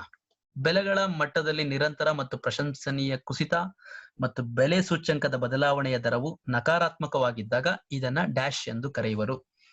ಆಪ್ಷನ್ ಡಿಸ್ಇನ್ಫ್ಲೇಷನ್, ಸ್ಟಾಗ್ಫ್ಲೇಷನ್, ಡಿಫ್ಲೇಷನ್, ರಿಫ್ಲೇಷನ್ ಅಂತ ಕೊಟ್ಟಿದ್ದಾರೆ. ಇದಕ್ಕೆ ಸರಿಯಾದ ಉತ್ತರ ಬಂದ್ಬಿಟ್ಟು ಡಿಫ್ಲೇಷನ್ ಅಂತ. ಯಾಕೆಂದ್ರೆ ಇದಕ್ಕೆ ಮೇಜರ್ ಆಗಿ ನಿಮಗೆ ಕಾನ್ಸೆಪ್ಟ್ ಗೊತ್ತಿರ್ಬೇಕು. ಇನ್ಫ್ಲೇಷನ್ ಡಿಫ್ಲೇಷನ್ ಅಂದ್ರೆ ಏನು ಅಂತ ಗೊತ್ತಿರ್ಬೇಕು. ಸ್ಟಾಗ್ಫ್ಲೇಷನ್ ಅಂತ ತಿಳ್ಕೊಳ್ಳಿ. ಇನ್ನೆಲ್ಲ ತುಂಬಾ ತಲೆ ಕೆಡ್ಸ್ಕೊಳಕ್ ಹೋಗ್ಬಿಡಿ. ನವೀನ್ ಹೇಳಿ, ಏನ್ ಹೇಳ್ತೀರಿ ಇದ್ರಲ್ಲಿ? ಸರ್, ಇದು ಇನ್ಫ್ಲೇಷನ್ ಅಂದ್ರೆ ಸರ್, ಹಣದ ಮೌಲ್ಯ, ಹಣದ ವ್ಯಾಲ್ಯೂ ಏನಾಗುತ್ತೆ, ಕಡಿಮೆ ಇರುತ್ತೆ. ವಸ್ತುಗಳ ಬೆಲೆ ಮಿತಿಮೀರಿ ಏರ್ಕೊಂಡು ಹೋಗ್ಬಿಟ್ಟಿರುತ್ತೆ. ಸೊ ಇದನ್ನ ಇನ್ಫ್ಲೇಷನ್ ಅಂತ ಕರಿತೀವಿ. ಡಿಫ್ಲೇಷನ್ ಅಂದ್ರೆ ಹಣದ ಮೌಲ್ಯ ಕಡಿಮೆ ಇದು ಜಾಸ್ತಿ ಇರುತ್ತೆ, ವಸ್ತುಗಳ ಬೆಲೆ ಕಡಿಮೆ ಇರುತ್ತೆ. ಇದನ್ನ ಡಿಫ್ಲೇಷನ್ ಅಂತ ಕರಿತೀವಿ. ಸೊ ಅಂದ್ರೆ ಈಗ ಈಗ ಏನ್ ಸರ್ ಇದು, ಈಗ ಮಾರ್ಕೆಟ್ ಅಲ್ಲಿ ತರಕಾರಿ ರೇಟು ಜಾಸ್ತಿ ಇದ್ರೂನು ಅಂದ್ರೆ ಕಡಿಮೆ ಇರುತ್ತೆ, ಅಮೌಂಟ್ ಜಾಸ್ತಿ ಏರ್ತಾ ಹೋಗುತ್ತೆ. ಓಕೆ, ನಾನು ಒಂದು ಹೇಳ್ತೀನಿ ನೋಡಿ, ಸಿಂಪಲ್ ಆಗಿ ನಿಮ್ಗೆ ಹೇಳ್ಬೇಕು ಅಂದ್ರೆ ಇನ್ಫ್ಲೇಷನ್ ಅಂದ್ರೆ ಏನಿಲ್ಲಪ್ಪ, ಸಿಂಪಲ್ ಟರ್ಮ್ಸ್ ಅಲ್ಲಿ ಇಟ್ಕೊಳ್ಳಿ. ಡಿಫ್ಲೇಷನ್ ಅಂದ್ರೆ ಸಿಂಪಲ್ ಟರ್ಮ್ಸ್ ಅಲ್ಲಿ, ಇನ್ಫ್ಲೇಷನ್ ಅಂದ್ರೆ ರೇಟು ಸಿಕ್ಕಾಪಟ್ಟೆ ಏರೋದು. ಇವಾಗ ಟಿವಿ ರೇಟು ಸಡನ್ ಆಗಿ 1 ಲಕ್ಷ ರೂಪಾಯಿ ಅನ್ನೋದು ಅಲ್ವಾ ನವೀನ್? ಈ ತರ ಕಾನ್ಸೆಪ್ಟ್ ಅಲ್ವಾ? ಇನ್ಫ್ಲೇಷನ್ ಅಂದ್ರೆ ರೇಟ್ ಜಾಸ್ತಿ, ಸಿಕ್ಕಾಪಟ್ಟೆ ರೇಟ್ ಜಾಸ್ತಿ ಆಗ್ತದೆ. ನಿಮ್ಮ ಹತ್ರ ತಗೊಳಕ್ ದುಡ್ಡಿಲ್ಲ, ಇಲ್ಲಿ ಮನಿ ಕಮ್ಮಿ ಅಲ್ವಾ ನವೀನ್? ನಿಮ್ಮ ಹತ್ರ ದುಡ್ಡಿಲ್ಲ. ಡಿಫ್ಲೇಷನ್ ಕಾನ್ಸೆಪ್ಟ್ ಅಂದ್ರೆ ರೇಟ್ ಸಿಕ್ಕಾಪಟ್ಟೆ ಕಮ್ಮಿ ಇದೆ, ಅಂದ್ರೆ ಟಿವಿ ರೇಟ್ 2 ರೂಪಾಯಿ ಒಂದು ಟಿವಿ, ಮನಿ ದುಡ್ಡು ನಿಮ್ಮ ಹತ್ರ ಸಿಕ್ಕಾಪಟ್ಟೆ ಇದೆ. ಇದ್ರ ಅರ್ಥ ನೋಡಿ. ನಿಮ್ಗೆ ಇಲ್ಲಿ ಕ್ವಶನ್ ಹೆಂಗಿದೆ ಅಂತಂದ್ರೆ, ಇಲ್ಲಿ 1 ಸೆಕೆಂಡ್ ನೋಡಿ, ಪ್ರಶಂಸನೀಯ ಕುಸಿತ ಅಂತ ಇದೆ. ಬೆಲೆಗಳ ಇದರಲ್ಲಿ ಪ್ರಶಂಸನೀಯ ಕುಸಿತ ಅಂದ್ರೆ ಇಲ್ಲಿ ಬೆಲೆ ಕುಸಿತ ಯಾವ್ದ್ರಲ್ಲಿ ಆಗಿರೋದು ನೋಡಿ, ಇಲ್ಲಿ ರೇಟ್ ಸಿಕ್ಕಾಪಟ್ಟೆ ಡೌನ್ ಆಗಿರೋದು. ಇದ್ಯಾವುದು? ಡಿಫ್ಲೇಷನ್. ಇದು ನೋಡ್ಕೊಂಡೆ ನೀವು ಆನ್ಸರ್ ಮಾಡಬಹುದು. ಅದ್ರ ಜೊತೆಗೆ ಸೂಚ್ಯಂಕದ ಬದಲಾವಣೆಯ ದರವು ನಕಾರಾತ್ಮಕವಾಗಿದ್ದಾಗ, ಅಂದ್ರೆ ಪ್ರೈಸ್ ಇಂಡೆಕ್ಸ್ ಅಂತ ಬರ್ತದೆ ನಿಮ್ಗೆ. ಇದೆಲ್ಲ ಎಕನಾಮಿಕ್ಸ್ ಇದ್ರಲ್ಲಿ ಪ್ರೈಸ್ ಇಂಡೆಕ್ಸ್ ಅಂದ್ರೆ ಸಾಮಾನ್ಯವಾಗಿ ನೋಡಿ, ಇವಾಗ ಒಂದು ರೇಟ್ ಫಾರ್ ಎಕ್ಸಾಂಪಲ್ ಈಗ ಬೆಂಗಳೂರಲ್ಲಿ BDA ಸೈಟ್ ಅಂದ್ರೆ ಈಗ ಒಂದು 5 ಲಕ್ಷ ರೂಪಾಯಿ ಇದ್ರೆ ಇನ್ನೊಂದ್ 2 ವರ್ಷಕ್ಕೆ 6 ಲಕ್ಷ 7 ಲಕ್ಷ 10 ಲಕ್ಷ ಹಿಂಗ್ ರೈಸ್ ಆಗ್ತಾ ಹೋಗ್ಬೇಕು. ಹಿಂಗೆ ಗ್ರಾಫ್ ಹಿಂಗ್ ರೈಸ್ ಆಗ್ತಾ ಇರ್ಬೇಕು. ಅದು ಬಿಟ್ಟು 5 ಲಕ್ಷ ನೀವು ಸೈಟ್ ಇದ್ದಿದ್ ತಗೊಂಡ್ರೆ ಇನ್ನೊಂದ್ 5 ವರ್ಷ ಬಿಟ್ಟು ಮಾರಾದ್ರೆ 1 ಲಕ್ಷಕ್ಕೆ ಹೋದ್ರೆ ನೆಗೆಟಿವ್ ಗ್ರೋತ್ ಅಂತಾರೆ, ಕೆಳಗಡೆಗೆ ಬಂದ್ರೆ. ಸೊ ನಕಾರಾತ್ಮಕವಾಗಿ ಇರಬಾರ್ದು, ಸಾಮಾನ್ಯವಾಗಿ ಫ್ಲೋ ಇರಬೇಕು. ಸೊ ಈ ತರ ನಕಾರಾತ್ಮಕವಾಗಿದ್ರೆ ಇದನ್ನ ಡಿಫ್ಲೇಷನ್ ಅಂತಾರೆ. ಸೊ ನಿಮಗ್ ಸಿಂಪಲ್ ವರ್ಡ್ಸ್ ಅಲ್ಲಿ ಹೇಳ್ತೀನಿ ನೋಡಿ, ಇನ್ನೊಂದ್ಸರಿ ಕ್ಲಿಯರ್ ಆಗಿ. ಇನ್ಫ್ಲೇಷನ್ ಅಂತಂದ್ರೆ ರೇಟು ಸಿಕ್ಕಾಪಟ್ಟೆ ಜಾಸ್ತಿ ಅಂತ ಇಟ್ಕೊಳ್ಳಿ, ಡಿಫ್ಲೇಷನ್ ರೇಟ್ ತುಂಬಾ ಕಮ್ಮಿ ಇದೆ ಅಂತ ಅಂದ್ಬಿಟ್ಟು. ಸೊ ಇಲ್ಲಿ ಬೆಲೆ ಕುಸಿತ ಈಸಿಯಾಗಿ ನೀವು ನೆನ್ಪಿಟ್ಕೋಬಹುದು. ವ್ಯಾಲ್ಯೂ ಕುಸಿತ ಯಾವಾಗ ಆಗುತ್ತೆ ಅಂದ್ರೆ ಡಿಫ್ಲೇಷನ್ ಅನ್ಬಿಟ್ಟು. ಸೊ ಇನ್ನ ಸ್ಟಾಗ್ಫ್ಲೇಷನ್ ಅಂತ ಒಂದ್ ಬರುತ್ತೆ, ಅಂದ್ರೆ ಇದು ಹೆವಿ ಪ್ರೈಸ್ ಇನ್ನು ಡಬಲ್ ಆಗೋದು ಅಲ್ವಾ ನವೀನ್? ಇದು ಸ್ಟಾಗ್ಫ್ಲೇಷನ್ ಅಂದ್ರೆ ಮಿತಿಮೀರಿ ಏರಿಕೆ ಆಗ್ಬಿಡೋದು. ಮಿತಿಮೀರಿ ಏರಿಕೆ ಆಗ್ಬಿಡೋದು. ಇವಾಗ ಇನ್ಫ್ಲೇಷನ್ ಅಲ್ಲಿ ಏರಿಕೆ ಆಗುತ್ತೆ, ಸಿಕ್ಕಾಪಟ್ಟೆ ಏರಿಕೆ ಆಗ್ಬಿಡೋದು ಇರುತ್ತಲ್ಲ, ಅದನ್ನ ಸ್ಟಾಗ್ಫ್ಲೇಷನ್ ಅಂತ ಕರೀತಾರೆ. ಸೊ ಇನ್ನ ರಿಫ್ಲೇಷನ್ ಅಂದ್ರೆ ಇದೆಲ್ಲ ಮಾನಿಟರಿ ಪಾಲಿಸೀಸ್ ಅಂತ ಬರುತ್ತೆ ನಿಮ್ಗೆ. ನಮ್ಮ ಸರ್ಕಾರದವ್ರು ಮಾಡೋಂಥದ್ದು ಈ ಹಣದುಬ್ಬರವನ್ನ ಕಂಟ್ರೋಲ್ ಮಾಡೋದಕ್ಕೆ ರಿಫ್ಲೇಷನ್ ಅಂತ ಬಳಸ್ತಾರೆ. ಅದಕ್ಕೆ ಸಂಬಂಧಪಟ್ಟಂತ ಟರ್ಮ್ಸ್. ಡಿಸ್ಇನ್ಫ್ಲೇಷನ್ ಇವೆಲ್ಲ ಏನ್ ಅವಶ್ಯಕತೆ ಏನಿಲ್ಲ. ನಿಮಗೆ ಕೇಳಿದ್ರೆ ಇನ್ಫ್ಲೇಷನ್, ಡಿಫ್ಲೇಷನ್ ಇವೆರಡೂ ಕಾನ್ಸೆಪ್ಟ್ ನೀವು ರೆಡಿ ಇದ್ರೆ ಎಲ್ಲ ಕ್ವಶನ್ ಆನ್ಸರ್ ಮಾಡಬಹುದು. ನಿಮ್ಗೆ ಇಲ್ಲಿ ಆನ್ಸರ್ ಮಾಡ್ಬೇಕು ಅಂತಂದ್ರೆ ಯಾಕಪ್ಪ ಈಸಿಯಾಗಿ ಆನ್ಸರ್ ಮಾಡ್ಬೋದು ಅಂದ್ರೆ, ಬೆಲೆಗಳ ಮಟ್ಟದಲ್ಲಿ ಕುಸಿತ ಅಂದ ತಕ್ಷಣನೇ ಬೆಲೆ ಕಮ್ಮಿ ಆದ್ರೆ ಡಿಫ್ಲೇಷನ್ ಅಂತ, ಬೆಲೆ ಜಾಸ್ತಿ ಆದ್ರೆ ಇನ್ಫ್ಲೇಷನ್ ಅಂತ ಅಷ್ಟೇ. ಇದು ನೆನ್ಪಿಟ್ಕೊಂಡಿರಿ, ಆರಾಮಾಗಿ ಆನ್ಸರ್ ಮಾಡ್ಬೋದು. Okay, next Naveen, next question ಹೋಗೋಣ. ಇನ್ನೇನು ಹೇಳ್ತೀರಾ? ಇದು ಇನ್ನೇನಿಲ್ಲ ಸರ್, ಫಿಲಿಪ್ಸ್ ಕರ್ವ್ ಅಂತ ಬರುತ್ತೆ ಸರ್. ಓಕೆ, ಕರ್ವ್ಸ್ ಎಲ್ಲ ಹೇಳೋದ್ ಬಿಡಿ, ನೆಕ್ಸ್ಟ್ ಎಲ್ಲ ಬರ್ತಾವು. Okay sir, okay. ಅವೆಲ್ಲ ನೆಕ್ಸ್ಟ್ ಇದರಲ್ಲಿ ಡಿಸ್ಕಸ್ ಮಾಡೋಣ. ಇನ್ನು ಯಾಕಂದ್ರೆ ಹೇಳ್ತಾ ಹೋದ್ರೆ ತುಂಬಾ ಸಿಕ್ಕಾಪಟ್ಟೆ ಇರುತ್ತೆ ಇಲ್ಲಿ. ಹೌದು ಸರ್. ಇನ್ನ ಲಾಸ್ಟ್ ಇನ್ನೊಂದು ಕ್ವಶನ್, 2 ಕ್ವಶನ್ ಇದೆ. ಸಾಮಾನ್ಯವಾಗಿ ಡಿಸ್ಗೈಸ್ಡ್ ಅನ್ಎಂಪ್ಲಾಯ್ಮೆಂಟ್ ಎಂದರೆ, ಅಂದ್ರೆ ಡಿಸ್ಗೈಸ್ಡ್ ನೋಡಿ ಹಿಂಗೆ ಕೊಟ್ಟಿದ್ದಾನೆ, ಕನ್ನಡದವ್ರು ಏನು ಕೊಟ್ಟಿಲ್ಲಪ್ಪ, ಕನ್ನಡದಲ್ಲೂ ಹಿಂಗೆ ಕೊಟ್ಟಿದ್ದಾನು. ಡಿಸ್ಗೈಸ್ಡ್ ಅನ್ಎಂಪ್ಲಾಯ್ಮೆಂಟ್ ಎಂದರೆ ಏನು ಅಂತ. ಏನಂಗಂದ್ರೆ ನೋಡಿ ಆಪ್ಷನ್, ಬಹಳ ಜನರು ನಿರುದ್ಯೋಗಿಗಳಾಗಿರ್ತಾರೆ, ಜನಗಳು ಕೆಲಸವಿಲ್ಲದೆ ಇರ್ತಾರೆ, ಕೆಲಸವಿದ್ರು ಜನಗಳು ಸೋಮಾರಿಯಾಗಿರ್ತಾರೆ, ಕೆಲಸದ ಮಾರ್ಜಿನಲ್ ಪ್ರೊಡಕ್ಟಿವಿಟಿ ಏನು ಇಲ್ಲ, 0. ಇದಕ್ಕೆ ಆನ್ಸರ್ ಬಂದು ನೋಡಿ ರೆಡ್ ಅಲ್ಲಿ ಮಾಡಿದೀವಲ್ಲ, ಕೆಲಸದ ಮಾರ್ಜಿನಲ್ ಪ್ರೊಡಕ್ಟಿವಿಟಿ ಏನು ಇಲ್ಲ. ಅಂದ್ರೆ ಡಿಸ್ಗೈಸ್ಡ್ ಅನ್ಎಂಪ್ಲಾಯ್ಮೆಂಟ್ ಅಂತಂದ್ರೆ ಮರೆಮಾಚಿದ ನಿರುದ್ಯೋಗ ಅಂತ. ಮರೆಮಾಚಿದ ನಿರುದ್ಯೋಗ ಅಂದ್ರೆ ಏನಂದ್ರೆ, ಈಗ ನಿಮ್ದೊಂದು ಎಕರೆ ಜಮೀನ್ ಇರ್ತದೆ, ಇಲ್ಲಿ ಕಳೆ ಕೀಳ್ಬೇಕು ಅನ್ಕೊಳ್ಳಿ, ಹೊಲದಲ್ಲಿ ಕಳೆ ಇರ್ತದೆ, ಇದನ್ನ ಹೋಗ್ಬಿಟ್ಟು ಇಬ್ರು ಕಿತ್ತರೆ ಸಾಕು, ಬೆಳಗಿನ ಸಂಜೆವರೆಗೂ ಮುಗಿಸ್ಬೋದು. ಬಟ್ ಏನ್ ಮಾಡ್ತೀರಾ, ಇರೋ ನಿಮ್ ಫ್ಯಾಮಿಲಿ 15 ಜನ ಇರ್ತೀರಾ, 15 ಜನ ಇರ್ತೀರಾ, ಎಲ್ಲರೂ ಕಳೆ ಕೀಳಕ್ ಹೋಗ್ತೀರಾ. ಎಲ್ಲರೂ ಕಳೆ ಕಿತ್ತು ಒಂದಿಂದಲೇ ಮುಗಿಸ್ತೀರಾ. ಇಬ್ರು ಹೋದ್ರು ಅಷ್ಟರಲ್ಲೇ ಮುಗಿಸ್ಬೋದು, 15 ಜನ ಹೋದ್ರು ಒಂದೇ ದಿನದಲ್ಲಿ ಮಾಡ್ತೀರಾ. ಅಂದ್ರೆ ಅದರ ಅರ್ಥ ಇನ್ನು 13 ಜನಕ್ಕೆ ಅದೇ ಕೆಲಸ ಸುಮ್ನೆ ಮಾಡ್ತಿದ್ದಾರೆ. ಪ್ರೊಡಕ್ಟಿವಿಟಿ ಏನಿಲ್ಲ, ಪ್ರೊಡಕ್ಟಿವಿಟಿ 0. ಅಂದ್ರೆ ನಿಮಗ್ ಕಾಣಿಸಲ್ಲ ಇದು. ನಿಮ್ಗೆ 15 ಜನ ಎಲ್ಲಾರು ಕೆಲಸ ಮಾಡ್ತಾರಲ್ಲಪ್ಪ, ಏನ್ ಕಷ್ಟ ಬೀಳ್ತಾರಪ್ಪ ಕೃಷಿಯಲ್ಲಿ ಅಂತ ನಿಮ್ಗೆಲ್ಲಾ ಹಂಗ್ ಕಾಣಿಸ್ಬೋದು. ಬಟ್ ಇದು ಮರೆಮಾಚಿದ ನಿರುದ್ಯೋಗ, ಡಿಸ್ಗೈಸ್ಡ್ ಅನ್ಎಂಪ್ಲಾಯ್ಮೆಂಟ್ ಅಂತ ಬಂತಲ್ಲ ಈ ಟರ್ಮು, ಹಂಗಂದ್ರೆ ಮರೆಮಾಚಿದ ನಿರುದ್ಯೋಗ ಅನ್ಬಿಟ್ಟು. ಹೇಳಿದವಿ, ಬೇರೆ ಏನಾದ್ರು ಹೇಳ್ತೀರಾ? ಎಸ್ ಸರ್, ಇದಕ್ಕೆ ಇನ್ನೊಂದು ಹೆಸರಿದೆ, ಪ್ರಚನ್ನ ನಿರುದ್ಯೋಗ ಅಂತಾನು ಕರೀತಾರೆ. ಪ್ರಚನ್ನ ನಿರುದ್ಯೋಗ, ಓಕೆ. Yes sir. ಅಂದ್ರೆ ಪ್ರಚನ್ನ ಅಂದ್ರೆ ಏನು ಯೂಸ್ ಇಲ್ಲ, ಇದು 0 ಅಂತ ಅಷ್ಟೇ. ಓಕೆ, 0. ಪ್ರೊಡಕ್ಟಿವಿಟಿ 0 ಅಂತ ಅಷ್ಟೇ, ನೆನ್ಪಿಟ್ಕೊಳ್ಳಪ್ಪ. ಪ್ರೊಡಕ್ಟಿವಿಟಿ ಇಬ್ರು ಮಾಡೋ ಕೆಲಸನೇ 15 ಜನ 20 ಜನ ಮಾಡದೆ ಅದು. ಸಾಮಾನ್ಯ ಎಕ್ಸಾಂಪಲ್, ಬೆಸ್ಟ್ ಎಕ್ಸಾಂಪಲ್ ಕೃಷಿ, ಗೊತ್ತಲ್ಲ, ಮನೆ ಮಂದಿ ಎಲ್ಲ ಹೊರಟೋಗ್ತಿವಿ, ಹೊಲ ಕುಯ್ಯೋದು ಇರಬರಲ್ಲ, ಕುಯ್ತಾನೆ ಇರ್ತೀವಿ ಬೆಳಗಿನ ಸಾಯಂಕಾಲ ನೋಡೋದು, ಅವ್ರು ಬಹಳ ಫಾಸ್ಟ್ ಆಗಿ ಕುಯ್ತವ್ರೆ, ನಾವ್ ಆರಾಮಾಗಿ ಕುಯ್ದ್ರು ನಡೆಯುತ್ತೆ ಅನ್ಬಿಟ್ಟು ಹಿಂಗೆ ಮರೆಮಾಚಿದ ನಿರುದ್ಯೋಗ ಇರ್ಲಿ. ಮತ್ತೆ ಅನ್ಎಂಪ್ಲಾಯ್ಮೆಂಟ್ ಸೀಸನಲ್ ಅನ್ಎಂಪ್ಲಾಯ್ಮೆಂಟ್ ಅಂತ ಬರುತ್ತೆ. ಕರೆಕ್ಟ್, ಅದೆಲ್ಲ ನಿಮ್ಗೆ ಋತುಮಾನದ ಇದು ಬರ್ತಾವ. ಕರೆಕ್ಟ್. ಓಕೆ ನವೀನ್, ನಾವೆಲ್ಲ ಬರ್ತವೆ ಸರ್, ಡಿಸ್ಕಸ್ ಮಾಡೋಣ. ಇನ್ನೊಂದು 2 ಕ್ವಶನ್ ಮುಗಿಸ್ಬೋಣ. Yes sir. Next question, South Asian association for regional Cooperation, SAARC ಅಂತ ಕರೀತಾರಲ್ಲ ಅದು. ಇದನ್ನ ಎಲ್ಲಿ ಸ್ಥಾಪಿಸಲಾಗಿದೆ ಅನ್ಬಿಟ್ಟು, ಸಾರ್ಕ್ದು ಫಸ್ಟ್ ಎಲ್ಲಿ ಅಂತ ಕೇಳಿದಾನೆ. ಆಪ್ಷನ್ಸ್ ಕೊಲಂಬೋ, ಇಸ್ಲಾಮಾಬಾದ್, ನೆಕ್ಸ್ಟ್ ಕಠ್ಮಂಡು, ಢಾಕಾ ಅಂತ.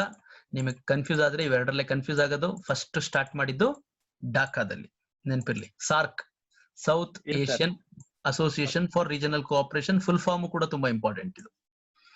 ಹೇಳಿ ನವೀನ್, ಏನ್ ಹೇಳ್ತೀರಾ? ಸರ್, 1985 ಅಲ್ಲಿ ಸಾರ್ಕ್ ಸಂಸ್ಥೆ ಸ್ಥಾಪನೆ ಆಯ್ತು ಢಾಕಾದಲ್ಲಿ, ಬಾಂಗ್ಲಾದೇಶದ ರಾಜಧಾನಿ ಢಾಕಾದಲ್ಲಿ. ಸೊ ಆದ್ರೆ ಇದರ ಕೇಂದ್ರ ಕಚೇರಿ ಬಂದು ಕಠ್ಮಂಡುವಿನಲ್ಲಿದೆ, ನೇಪಾಳದ ಕಠ್ಮಂಡುವಿನಲ್ಲಿದೆ. ಸೊ ಇದರಲ್ಲಿ ಟೋಟಲ್ ಎಷ್ಟು ಕಂಟ್ರೀಸ್ ಅಂದ್ರೆ 8 ಇದೆ ಸರ್. 8 ದೇಶಗಳಿದೆ. Okay sir. ಸೊ ಇದು ಕೋಡ್ ವರ್ಡ್ ಒಂದಿದೆ, ಅದೇ ಹೇಳಿದ್ನಲ್ಲಿ ಸರ್, BBMP ಸೀನಾ ಅಂತ. ಓಕೆ, BBMP ಸೀನಾ ಅಂತ ಕೋಡ್ ವರ್ಡ್ ಹೇಳಿದ್ರು ನಮ್ ನವೀನು, ನೆನ್ಪಿಟ್ಕೊಳ್ಳಿ. SEE Naveen, SINA sir. SINA correct. BBMP ಸೀನಾ ಮರ್ತು ಬಿಟ್ಟಿದ್ದೀನಿ ನಾನು, ಅವತ್ತೇನೋ ಹೇಳಿದ್ರ. BBMP ಸೀನಾ ಈ ಎಲ್ಲಾ ದೇಶಗಳು ನೋಡಿ, 8 ದೇಶದ ಹೆಸರು ಇದೆ ಇದ್ರಲ್ಲಿ. ಒಂದ್ಸರಿ ಹೇಳ್ಕೊಂಡು ಹೋಗ್ಬಿಡಿ ಫಾಸ್ಟ್ ಆಗಿ. ಸರ್, ಬಿ ಹೇಳ್ತೀರಾ ಸರ್? ಹೇಳಿ ಸರ್ ನೀವೇ. ಇಲ್ಲಿ ನಮ್ಮಲ್ಲಿ ಸಾರ್ಕ್ ಅಲ್ಲಿ 8 ದೇಶಗಳಿದೆಯಪ್ಪ. ಇದರಲ್ಲಿ ಮೇಜರ್ ಆಗಿ ನೋಡಿ, ಈ ಕೋಡ್ ನೆನ್ಪಿಟ್ಕೊಂಡ್ರೆ 8. ನವೀನ್ ಅದ್ ಹೇಳೋಣ ಬಿಡಿ, ಇಲ್ಲ ಅಂದ್ರೆ ಅವ್ರು ನೋಡ್ಕೊಂತಾರೆ ಮನೆ ಇದ್ರಲ್ಲಿ, ಅವ್ರು ನೀಟಾಗಿ ನೋಡ್ಲಿ. ಅವರು ಈ ಪ್ರತಿಯೊಂದು ಹೆಂಗೋ ಕೋಡ್ ವರ್ಡ್ ಕೊಟ್ಟಿದೀವಿ, ಅವ್ರು ಒಂದ್ಸರಿ ವರ್ಕ್ ಮಾಡ್ಲಿ ಮನೇಲಿ. ಎಲ್ಲ ನಾವೇ ರೆಡಿಮೇಡ್ ಕೊಟ್ಬಿಟ್ರೆ ಬಹಳ ಕಷ್ಟ ಅವ್ರಿಗೆ. BBMP ಸೀನಾ ಅಂತ ಇಟ್ಕೊಟ್ರಪ್ಪ, ಅವಾಗ ಆರಾಮಾಗಿ ಬರ್ತದೆ. 8 ದೇಶಗಳು ಯಾವ್ದು ನೆಟ್ಟ ಸಾರ್ಕ್ ದೇಶಗಳು 8 ಆರಾಮಾಗಿ ಬರ್ತದೆ. ಅಫ್ಘಾನಿಸ್ತಾನ, ಶ್ರೀಲಂಕಾ, ಇವೆಲ್ಲ ಆರಾಮಾಗಿ ಬಂದೇ ಬರ್ತದೆ. ನೇಪಾಳ ಎಲ್ಲ ಹಾಕಿರಂತ ಪಾಕಿಸ್ತಾನ ಎಲ್ಲ ಹೆಂಟ್ ಹಾಕಿ. ನೆಕ್ಸ್ಟ್ ನವೀನ್ ಕ್ವಶನ್ ಹೇಳಿ. ಇದರಲ್ಲಿ ಇದೆ ಈ ಕಠ್ಮಂಡು ಬಗ್ಗೆ ಹೇಳಿ ನವೀನ್. ಇದು ಹೆಡ್ ಆಫೀಸ್ ಇಲ್ಲಿರೋದು ಈಗ. ಎಸ್ ಸರ್, ಕಠ್ಮಂಡುವಿನಲ್ಲಿದೆ. South Asian SAARC head office ಬಂದು ಕಠ್ಮಂಡು, ಬಟ್ ಸ್ಟಾರ್ಟ್ ಆಗಿದ್ದು ಢಾಕಾದಲ್ಲಿ. ನೆನಪಿರ್ಲಿ 1985.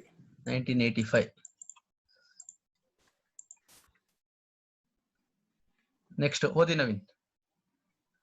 2019 UNDP ಪ್ರಕಾರ ಭಾರತದ HID ನ ಸ್ಥಾನ ಎಷ್ಟು ಅಂತ ಇದೆ ಸರ್. ಅಂದ್ರೆ HDI ಅಂದ್ರೆ ಹ್ಯೂಮನ್ ಡೆವಲಪ್ಮೆಂಟ್ ಇಂಡೆಕ್ಸ್ ಅಂತ ಸರ್. ಸೊ ಇದನ್ನ ಪ್ರತಿ ವರ್ಷ UNDP ಅಂದ್ರೆ ಯುನೈಟೆಡ್ ನೇಷನ್ ಡೆವಲಪ್ಮೆಂಟ್ ಪ್ರೋಗ್ರಾಮ್ ಅನ್ನೋ ಸಂಸ್ಥೆ ಪ್ರಕಟ ಮಾಡುತ್ತೆ. ಸೊ ಈ HDI ಬಗ್ಗೆ ಹೇಳೋದಾದ್ರೆ 1990 ಈ ಕಾನ್ಸೆಪ್ಟ್ ಜಾರಿಗೆ ಬಂತು. ಸೊ ಕಂಡಿಡಿದವ್ರು ಯಾರಪ್ಪ ಅಂದ್ರೆ ಭಾರತದವರಾದ ಅಮರ್ತ್ಯ ಸೇನ್ ಮತ್ತೆ ಪಾಕಿಸ್ತಾನದ ಮೆಹಬೂಬ್ ಉಲ್ ಹಕ್ ಅಂತ. ಕರೆಕ್ಟ್. ಪ್ರೆಸೆಂಟ್ ಈಗ ಇಂಡಿಯಾದು ಎಷ್ಟು ರ್ಯಾಂಕ್ ಇದೆ ಅಂದ್ರೆ 129ನೇ ರ್ಯಾಂಕ್ ಇದೆ. ಲಾಸ್ಟ್ ಸಲ 130ನೇ ರ್ಯಾಂಕ್ ಇತ್ತು. ಇದನ್ನ ಪ್ರತಿ ವರ್ಷ ಅಪ್ಡೇಟ್ ಆಗ್ಬೇಕಪ್ಪ. ಕರೆಂಟ್ ಅಫೇರ್ಸ್ ಇದು ಕರೆಂಟ್ ಅಫೇರ್ಸ್ ಸಂಬಂಧಪಟ್ಟಂಗೆ. ಇದು ಇನ್ನು ಬಿಟ್ಟಿಲ್ಲ 2020 ಹ್ಯೂಮನ್ ಡೆವಲಪ್ಮೆಂಟ್ ಇಂಡೆಕ್ಸ್. ಇದು UNDP ಅವರು ರಿಲೀಸ್ ಮಾಡ್ತಾರೆ. UNDP ಅಂದ್ರೆ ಫುಲ್ ಫಾರ್ಮ್ ಕೇಳ್ತಾರೆ, ಯುನೈಟೆಡ್ ನೇಷನ್ ಡೆವಲಪ್ಮೆಂಟ್ ಪ್ರೋಗ್ರಾಮ್ ಅನ್ಬಿಟ್ಟು. ಇದನ್ನ ಫಸ್ಟ್ ಇಂಟ್ರೊಡ್ಯೂಸ್ ಮಾಡಿದ್ದು ಮೆಹಬೂಬ್ ಉಲ್ ಹಕ್ ಅಂತ ಪಾಕಿಸ್ತಾನದವರು, ಮತ್ತೆ ಅವ್ರ ಜೊತೆಗೆ ಅಮರ್ತ್ಯ ಸೇನ್ ಅಂತ ನಮ್ಮ ದೇಶದವರು ಇಬ್ರು ಸೇರಿ. ಅಂದ್ರೆ ಯಾವ ಮಟ್ಟದಲ್ಲಿ ಡೆವಲಪ್ಮೆಂಟ್ ಆಗಿದೆ ದೇಶಗಳು ಅನ್ಬಿಟ್ಟು ಅದಕ್ಕೊಂದು ಇಂಡೆಕ್ಸ್ ಗಳಿದೆ. ಹೇಳಿ ನವೀನ್. ಸರ್ ಅಲ್ಲ ಬೇರೆ ಏನೋ ಹೇಳ್ತೀರಾ? ಸೂಚ್ಯಂಕಗಳು. ಇದ್ರ ಸೂಚ್ಯಂಕಗಳು ವೆರಿ ಇಂಪಾರ್ಟೆಂಟ್ ಅಪ್ಪ. HDI ಸೂಚ್ಯಂಕಗಳು 3 ಬರ್ತವೆ, ಮೈನ್ ಸೂಚ್ಯಂಕಗಳು. ಹೇಳಿ ನವೀನ್. ನಿರೀಕ್ಷಿತ ಜೀವಿತಾವಧಿ ಅಂತ ಲೈಫ್ ಎಕ್ಸ್ಪೆಕ್ಟೆನ್ಸಿ. ಲೈಫ್ ಎಕ್ಸ್ಪೆಕ್ಟೆನ್ಸಿ ಅಂದ್ರೆ ಜೀವಿತಾವಧಿ, ಎಷ್ಟು ವರ್ಷ ಬಾಳ್ತಿದ್ದಾರೆ. ಓಕೆ. ಎಜುಕೇಶನ್ ಶಿಕ್ಷಣ ಮತ್ತೆ ತಲಾ ಆದಾಯ ಪರ್ ಕ್ಯಾಪಿಟಾ ಇನ್ಕಮ್. ನೋಡಿ ಇಷ್ಟು ಲೈಫ್, ನೀವು ಎಷ್ಟು ವರ್ಷ ಬದುಕ್ತೀರಾ, ಆಮೇಲೆ ಶಿಕ್ಷಣ ಹೆಂಗಿದೆ, ತಲಾದಾಯ ಹೆಂಗಿದೆ, ಒಳ್ಳೆ ಇನ್ಕಮ್ ಬರ್ತಾ ಇದೆಯಾ. ಮೈನ್ ಕೇಳಿದನಪ್ಪ ಈ ಕ್ವಶನ್ಸ್ ಗಳು ನಾವು ತುಂಬಾ ಹೇಳ್ತಿದ್ವಿ. HDI ನ 3 ಸೂಚ್ಯಂಕಗಳು ಯಾವುದು? ಶಿಕ್ಷಣ, ತಲಾದಾಯ, ಜೀವಿತಾವಧಿ. ಈ 3 ಕೂಡ ಬಹಳ ಇಂಪಾರ್ಟೆಂಟ್. ಇದು ಈ HDI ನ ಅಳೆಯೋದಕ್ಕೆ ಖಂಡಿತ ಕೇಳ್ತಾನೆ ನೆಕ್ಸ್ಟ್ ಎಕ್ಸಾಮ್ ಅಲ್ಲಿ. ಸೊ ಇದನ್ನ UNDP ರಿಲೀಸ್ ಮಾಡ್ತಾರೆ. 2019 ಭಾರತದ ಸ್ಥಾನಮಾನ 129ನೇ ರ್ಯಾಂಕು. 2020 ಇನ್ನೂ ಬಿಟ್ಟಿಲ್ಲ, ಅದನ್ನ ಅಪ್ಡೇಟ್ ಮಾಡ್ಕೊಂಡಿರುವಂತೆ 2020 ಬಿಟ್ಟಾಗ. ಅಷ್ಟೇ ಅಲ್ವಾ ನವೀನ್? ಎಸ್ ಸರ್, ಅಷ್ಟೇ ಸರ್, ಇನ್ನೇನಿಲ್ಲ. ಸೊ ಓಕೆ, ಇಲ್ಲಿಗೆ ಕಾನ್ಸ್ಟಿಟ್ಯೂಷನ್ ಮತ್ತೆ ಎಕನಾಮಿ ಮೊನ್ನೆ PSI ಪೇಪರ್ ಅಲ್ಲಿ ಬಂದಿದ್ದು ಮುಗೀತು. ಕೆಲವರು ಚಾಟ್ ಮಾಡ್ತಿದ್ದಾರೆ. ನಿಮ್ಮ ಡೌಟ್ಸ್ ಏನಿದೆ ತಗೊಳೋಣ, ಒಂದ್ 10 ನಿಮಿಷದಲ್ಲಿ ತಗೊಳೋಣ. ಕೆಲವರು ಸರ್ BBMP ನ ಎಕ್ಸ್ಪ್ಲೈನ್ ಮಾಡಿ ಸರ್ ಅಂತ ಇನ್ನೊಂದ್ಸರಿ ಹೇಳ್ಬಿಡಿ ಸರ್ ನೀವೇನೆ ಅಂತವ್ರೆ. ಹೇಳ್ತೀನಿ ನೋಡಿ ಸರ್, ಬರೀರಿ ಸರ್. BBMP ಫುಲ್ ಬರೆದ್ಬಿಡಿ ಸರ್ ನೀವು. ಓಕೆ. BBMP ನ ಏನ್ರಪ್ಪ ಮನೆಗೆ ವರ್ಕ್ ಮಾಡ್ರಿಂದ ನಮ್ಗೆ ಟಾಸ್ಕ್ ಕೊಡ್ತೀರಾ? BBMP ನ ಹೇಳಿ Naveen. So B Bhutan, B Bhutan, B Bangla, Maldives, Pakistan, Sri Lanka, India, Nepal, Afghanistan. ಮುಗೀತು. 8 ದೇಶಗಳು ಸಾರ್ಕ್. 1985 ಢಾಕಾದಲ್ಲಿ ಸ್ಟಾರ್ಟ್ ಆಯ್ತು. ಅದ್ರ ಹೆಡ್ ಆಫೀಸ್ ಬಂದ್ ಕಠ್ಮಂಡು. ಅಷ್ಟೇ ಅಲ್ವಾ ನವೀನ್? ಅಷ್ಟೇ sir. Okay, thank you guys. ಈಗ ಡೌಟ್ಸ್ ಗಳು ತಗೊಳೋಣ. ಈಗ ಕೆಲವು ಡೌಟ್ಸ್ ಇರ್ತದೆ, ಹೇಗಿರುತ್ತೆ, ಕೆಲವು ಫೀಡ್ಬ್ಯಾಕ್ ತಗೊಳೋಣ. ಓಕೆ, ಕೆಲವು ಯಾರಾದ್ರೂ ಡೌಟ್ಸ್ ಇದ್ರೆ ಹ್ಯಾಂಡ್ ರೈಸ್ ಮಾಡ್ರಪ್ಪ. ಯಾರಾದ್ರೂ ಡೌಟ್ಸ್ ಇದ್ರೆ ಹ್ಯಾಂಡ್ ರೈಸ್ ಮಾಡ್ಬೋದು. ಅಥವಾ ಯಾರು ಮಾತಾಡಕ್ ಇಂಟ್ರೆಸ್ಟ್ ಇರೋರು, ಏನಾದ್ರು ಹೇಳ್ಬೇಕು ಅಥವಾ ನಾವೇನಾದ್ರೂ ಇಂಪ್ರೂವ್ಮೆಂಟ್ಸ್ ಏನಾದ್ರು ಮಾಡ್ಕೊಂಡ್ರೆ. ಸ್ಮಿತಾ ಅವರು ಹೇಳಿ. ಸ್ಮಿತಾ ಅವ್ರೆ,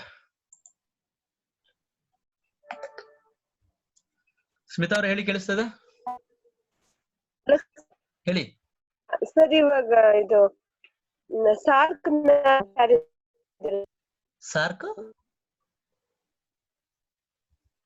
ಅಧ್ಯಕ್ಷರು. ಸಾರ್ಕ್ ಮೇಡಮ್ ಮೆಸೇಜ್ ಮಾಡಿ. ನಿಮ್ದು ಯಾಕೋ ವಾಯ್ಸ್ ಬ್ರೇಕ್ ಆಗ್ತಿದೆ sir. Present current affairs madam ಅದು. ಕೇಳಿಸ್ತಾ ಇದೆ, ಹೇಳಿ. ಹಲೋ, ಏನಿದು ವಾಯ್ಸ್ ಮೇಡಮ್? ನಿಮ್ ಕಡೆ ಮ್ಯೂಟ್ ಮಾಡಿ.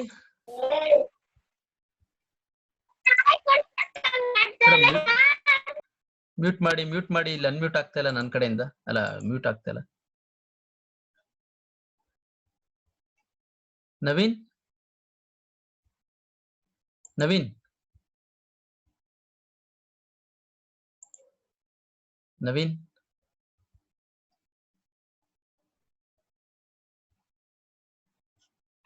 ನವೀನ್ ಕೇಳಿಸ್ತಾ ಇದೆಯಾ? ನವೀನ್ ಸರ್ ಈಗ ಕೇಳಿಸ್ತಿದೆ. ಹೇಳಿ ನವೀನ್. ಹಾ, sir. ಏನ್ ವಾಯ್ಸ್ ನನಗೆ ಕೇಳಿಸ್ತಾ ಇರಲಿಲ್ಲ. ಅವ್ರು ಏನಂದ್ರು? ಸಾರ್ ಪ್ರೆಸೆಂಟ್ ಅಧ್ಯಕ್ಷರು ಕೇಳ್ತಿರ್ಬೋದು ಸರ್. Current chairman. ಅದು ಕರೆಂಟ್ ಅಫೇರ್ಸ್ ನೋಡಿ ಮೇಡಮ್, ಅದು ನೆಟ್ ಅಲ್ಲಿ ಸಿಗುತ್ತೆ ನಿಮ್ಗೆ. ಯಾರಿದ್ದಾರೆ ನವೀನ್? ಯಾರಾದ್ರೂ ಗೊತ್ತಿದ್ರೆ ಹಾಕ್ರಪ್ಪ. ಅದು ಕರೆಂಟ್ ಚೇರ್ಮನ್, ಕರೆಂಟ್ ಅಫೇರ್ಸ್ ಓದ್ತಾ ಇರೋರು ಯಾರೋ ಹುಸೇನ್ ಅಂತ ಇದ್ರು, ಅಮ್ಜದ್ ಹುಸೇನ್ ಅನ್ಬಿಟ್ಟು. ಈಗ ಯಾರಿದ್ದಾರೆ ನೋಡೋಣ, ಇಲ್ಲೇ ನೋಡೇ ಬಿಡೋಣ. ಮೆಸೇಜ್ ಮಾಡ್ತಾ ಇದಾರೆ. ಕರೆಂಟ್ ಅಫೇರ್ಸ್ ಎಲ್ಲ ಅಲ್ಲಿ ನೋಡಿ, ಇದ್ರಲ್ಲಿ ಅಮ್ಜದ್ ಹುಸೇನ್ ಕರೆಕ್ಟ್ ಅವರೇ ಇದಾರೆ. ನಮ್ಮ ಪ್ರೇಮ್ ಮೆಸೇಜ್ ಮಾಡ್ತಿದ್ದಾರೆ, ಅಮ್ಜದ್ ಹುಸೇನ್. ಕರೆಂಟ್ ಅಫೇರ್ಸ್ ಎಲ್ಲ ನಾವು ಇದು ಮಾಡಲ್ಲಪ್ಪ. ಕರೆಂಟ್ ಅಫೇರ್ಸ್ ಎಲ್ಲ ನಿಮ್ಗೆ ಇನ್ನೊಂದು ಮುಂದಿನ ವರ್ಷ ಎಕ್ಸಾಮ್ ಆದ್ರೆ ಮುಂದಿನ ವರ್ಷಕ್ಕೆ ಓದ್ಕೊಬೇಕಾಗತ್ತೆ. ಈ ವರ್ಷದವೆಲ್ಲ ಓದ್ಕೋಬೇಡಿ. ಅದ್ ನೆಕ್ಸ್ಟ್ ಇಯರ್ ಎಕ್ಸಾಮ್ ಆಯ್ತು, PSI ಕಾಲಾಗಿ ನೆಕ್ಸ್ಟ್ ಇಯರ್ಗೆ ಅಂದ್ರೆ ನೆಕ್ಸ್ಟ್ ಇಯರ್ ಮಾತ್ರ ಓದ್ಬೇಕಾಗತ್ತೆ ಆ ಟೈಮಲ್ಲಿ. ಸೊ ಈಗ ಆಮೇಲೆ ನೀವು ಹೋದ ವರ್ಷ ಯಾರಿದ್ರು ಇನ್ನೊಂದು ಮುಂದಿನ ವರ್ಷಕ್ಕೆ ಆಗುತ್ತೆ ಅಂದ್ರೆ ಹಳಬ್ರನ್ನೆಲ್ಲ ಬರ್ಕೊಂಡ್ ಕುತ್ಕೋಬೇಡಿ. ಲಾಸ್ಟ್ ಇನ್ನೊಂದು ಯಾವಾಗ ಎಕ್ಸಾಮ್ ಬರೆಯಕ್ ಹೋಗ್ತೀರಾ ಆ ಟೈಮಲ್ಲಿ ನೋಡ್ಕೊಳ್ಳಿ. ಇವೆಲ್ಲ ಚೇಂಜ್ ಆಗಂತ ಫ್ಯಾಕ್ಟ್ಸ್. ಓಕೆ, ಇರ್ಲಿ. ವಾಯ್ಸ್ ನಿಮ್ಮದು ಕ್ಲಿಯರ್ ಇದ್ರೆ ಮಾತಾಡಿ. ನಿಮ್ ಕಡೆಯಿಂದ ಎಲ್ಲರೂ ಅಷ್ಟೇ, ನಿಮ್ ಕಡೆ ಕ್ಲಿಯರ್ ಇದ್ರೆ ಮಾತಾಡಿ. ಇಲ್ಲಿ ಯಾರೋ ಅಪರ್ಣ ಅವರು ಹ್ಯಾಂಡ್ ರೈಸ್ ಮಾಡಿದ್ರು. ಹೇಳಿ ಅಪರ್ಣ ಅವ್ರೆ. ಅಪರ್ಣ ಅವ್ರೆ.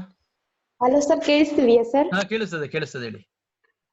ಸರ್, ನಾವು HE ಮೆಥಡ್ ಓದಿದ್ದು, ಈಗ B.Ed ಮಾಡಿದ್ದು. ನಂಗೆ ಪೊಲಿಟಿಕಲ್ ಬಗ್ಗೆ, ಎಕನಾಮಿಕ್ ಬಗ್ಗೆ ಅಷ್ಟೊಂದು ಟ್ಯಾಲೆಂಟ್ ಇಲ್ಲ ಸರ್. ನಾಲೆಡ್ಜ್ ಗೊತ್ತಿರ್ಲಿಲ್ಲ, ಬಟ್ ಗೊತ್ತು ಸ್ವಲ್ಪ ಮಿನಿಮಮ್ ಅಷ್ಟ ಗೊತ್ತಿರೋದು. ಬಟ್ ನೀವು ಹೇಳಿದಾಗ ಇಷ್ಟೊಂದು ಇದೆಯಾ ತಿಳ್ಕೊಳ್ಳೋದು ಅನ್ನೋದು ನನ್ಗೆ ಅನಿಸ್ತು. ಬಟ್ ನನಗ್ ಗೊತ್ತಿರೋ ವಿಷಯದ ಬಗ್ಗೆ ತಿಳ್ಕೊಳ್ಳೋದು ನಂಗೆ ತುಂಬಾ ಆಸಕ್ತಿ. ನನ್ಗೆ ಯಾವ ವಿಷಯ, ನಂಗೆ ಎಲ್ಲಾ ವಿಷಯ ಗೊತ್ತು ಅಂತ ನಾನು ಯಾವತ್ತಿಗೂ ಕೊಚ್ಕೊಳಕ್ ಹೋಗಲ್ಲ. ಬಟ್ ಏನ್ ಇಲ್ಲ ಅಂದ್ರೆ ತಿಳ್ಕೊಬೇಕು ಅವ್ರಿಂದ, ಇನ್ನು ನಾನ್ ಪಡ್ಕೋಬೇಕು ಅನ್ನೋದು ತುಂಬಾ ಆಸಕ್ತಿ ಪಡ್ಕೊಂತೀನಿ, ತೋರಿಸ್ತೀನಿ. ಬಟ್ ನೀವ್ ಹೇಳೋದು ನಂಗೆ ತುಂಬಾ ಇಂಪ್ರೂವ್ ಆಯ್ತು ಸರ್. ಎಷ್ಟು ನಾಲೆಡ್ಜ್ ಬಂತು ಅಂತಂದ್ರೆ ನಿಜ ಹೇಳಕ್ಕೆ ವರ್ಡ್ಸ್ ಇಲ್ಲ. ಬಟ್ ಅಷ್ಟು ಚೆನ್ನಾಗಿ ಹೇಳಿದ್ರೆ, ಸ್ವಲ್ಪ ವಾಯ್ಸ್ ನಿಧಾನ ಮಾಡಿದ್ರೆ ಇನ್ನು ತುಂಬಾ ಚೆನ್ನಾಗಿ ಅರ್ಥ ಆಗುತ್ತೆ ಸರ್. ನನ್ನ ಪ್ರಕಾರ ನನ್ಗನ್ಸಿದ್ದು. ವಾಯ್ಸ್ ನಿಧಾನ ಅಂದ್ರೆ ಈ ತರ ಮೆತ್ತಗ್ ಮಾತಾಡ್ಬೇಕಾ, ಸ್ಪೀಡ್ ಕಮ್ಮಿ ಮಾಡ್ಬೇಕಾ? ಎಸ್ ಸರ್, ವಾಲ್ಯೂಮ್ ಕಮ್ಮಿ ಮಾಡಿ ಸರ್. ತುಂಬಾ ಜೋರಾಗಿ ಹೇಳ್ತಿದ್ದೀರಾ. ಅಲ್ಲ, ವಾಲ್ಯೂಮ್ ನೀವು ನಿಮ್ ಮೊಬೈಲ್ ಅಲ್ಲಿ ಐ ಥಿಂಕ್ ವಾಲ್ಯೂಮ್ ಬಟನ್ ಇರುತ್ತೆ ಅನ್ಸುತ್ತೆ. ಅಲ್ಲ ಸರ್, ನೀವ್ ಹೇಳೋದು ಸ್ವಲ್ಪ ಜೋರಾಗಿ ಹೇಳ್ಕೊಂಡು ಹೋಗ್ತಿದ್ದೀರಾ. ಸ್ವಲ್ಪ ನಿಧಾನ ಮಾಡಿ ಅದೇ ನಾನ್ ಕೇಳ್ತಾ ಇರೋದು, ಜೋರ್ ಅಂದ್ರೆ ನನ್ನ ವಾಯ್ಸ್ ಜೋರಾ ಇಲ್ಲ ಫಾಸ್ಟ್ ಆಗಿ ಮಾತಾಡ್ತೀನ ಅಂತ. ನೀವ್ ಹೇಳೋದು ಜೋರು ಸರ್. ಎಕ್ಸ್ಪ್ರೆಷನ್ ಮಾಡ್ತೀರಲ್ವಾ, ಸ್ವಲ್ಪ ಜೋರಾಗಿ ಹೇಳ್ತೀರಾ. ಜೋರಾಗಿ ಹೇಳ್ತೀವಿ. ವಾಲ್ಯೂಮ್ ಕಮ್ಮಿ ಮಾಡ್ಕೊಂಬಿಡಿ ಅವಾಗ. ಸರಿ ಸರ್, ಆಯ್ತು ಸರ್. ಯಾಕಂದ್ರೆ ಅದು ಕೆಲವರಿಗೆ ಕೇಳಿಸಲ್ಲ, ಅದು ಬೇರೆಯವ್ರಿಗೆ ಮೋಸ್ಟ್ಲಿ ನಿಮ್. Okay, fine. Next hand raise ಮಾಡಿ. ಯಾರು? ನಮ್ಮ ಗುಳಪ್ಪ ಉಪ್ಪರಪಟ್ಟಿ. ಹೆಸರು ಡಿಫ್ರೆಂಟ್ ಆಗಿದೆ. ಹೇಳಿ ಗುಳಪ್ಪ ಅವ್ರೆ.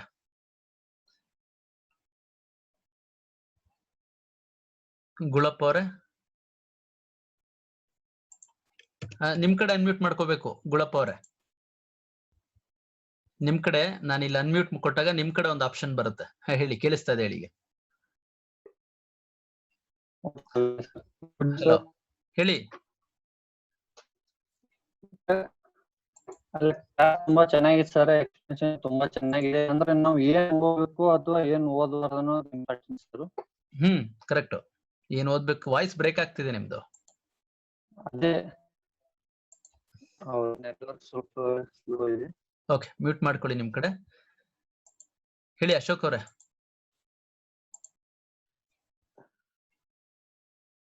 ಹಲೋ, ಹೇಳಿ ಅಶೋಕ್, ಕೇಳಿಸ್ತಾ ಇದೆ ಸರ್? ನಮಸ್ಕಾರ. ನಮಸ್ಕಾರ, ಹೇಳಿ ಸರ್. ಕ್ಲಾಸ್ ಚೆನ್ನಾಗಿದೆ. Okay, thank you. ತುಂಬಾ ದಿನಗಳ ನಂತರ ಬಂದಿದ್ದೀನಿ ಆನ್ಲೈನ್ಗೆ. ಓಕೆ ಸರ್, ಸೈನ್ಸ್ ಯಾವಾಗ ಸ್ಟಾರ್ಟ್ ಮಾಡ್ತೀರಾ ಅಂತ?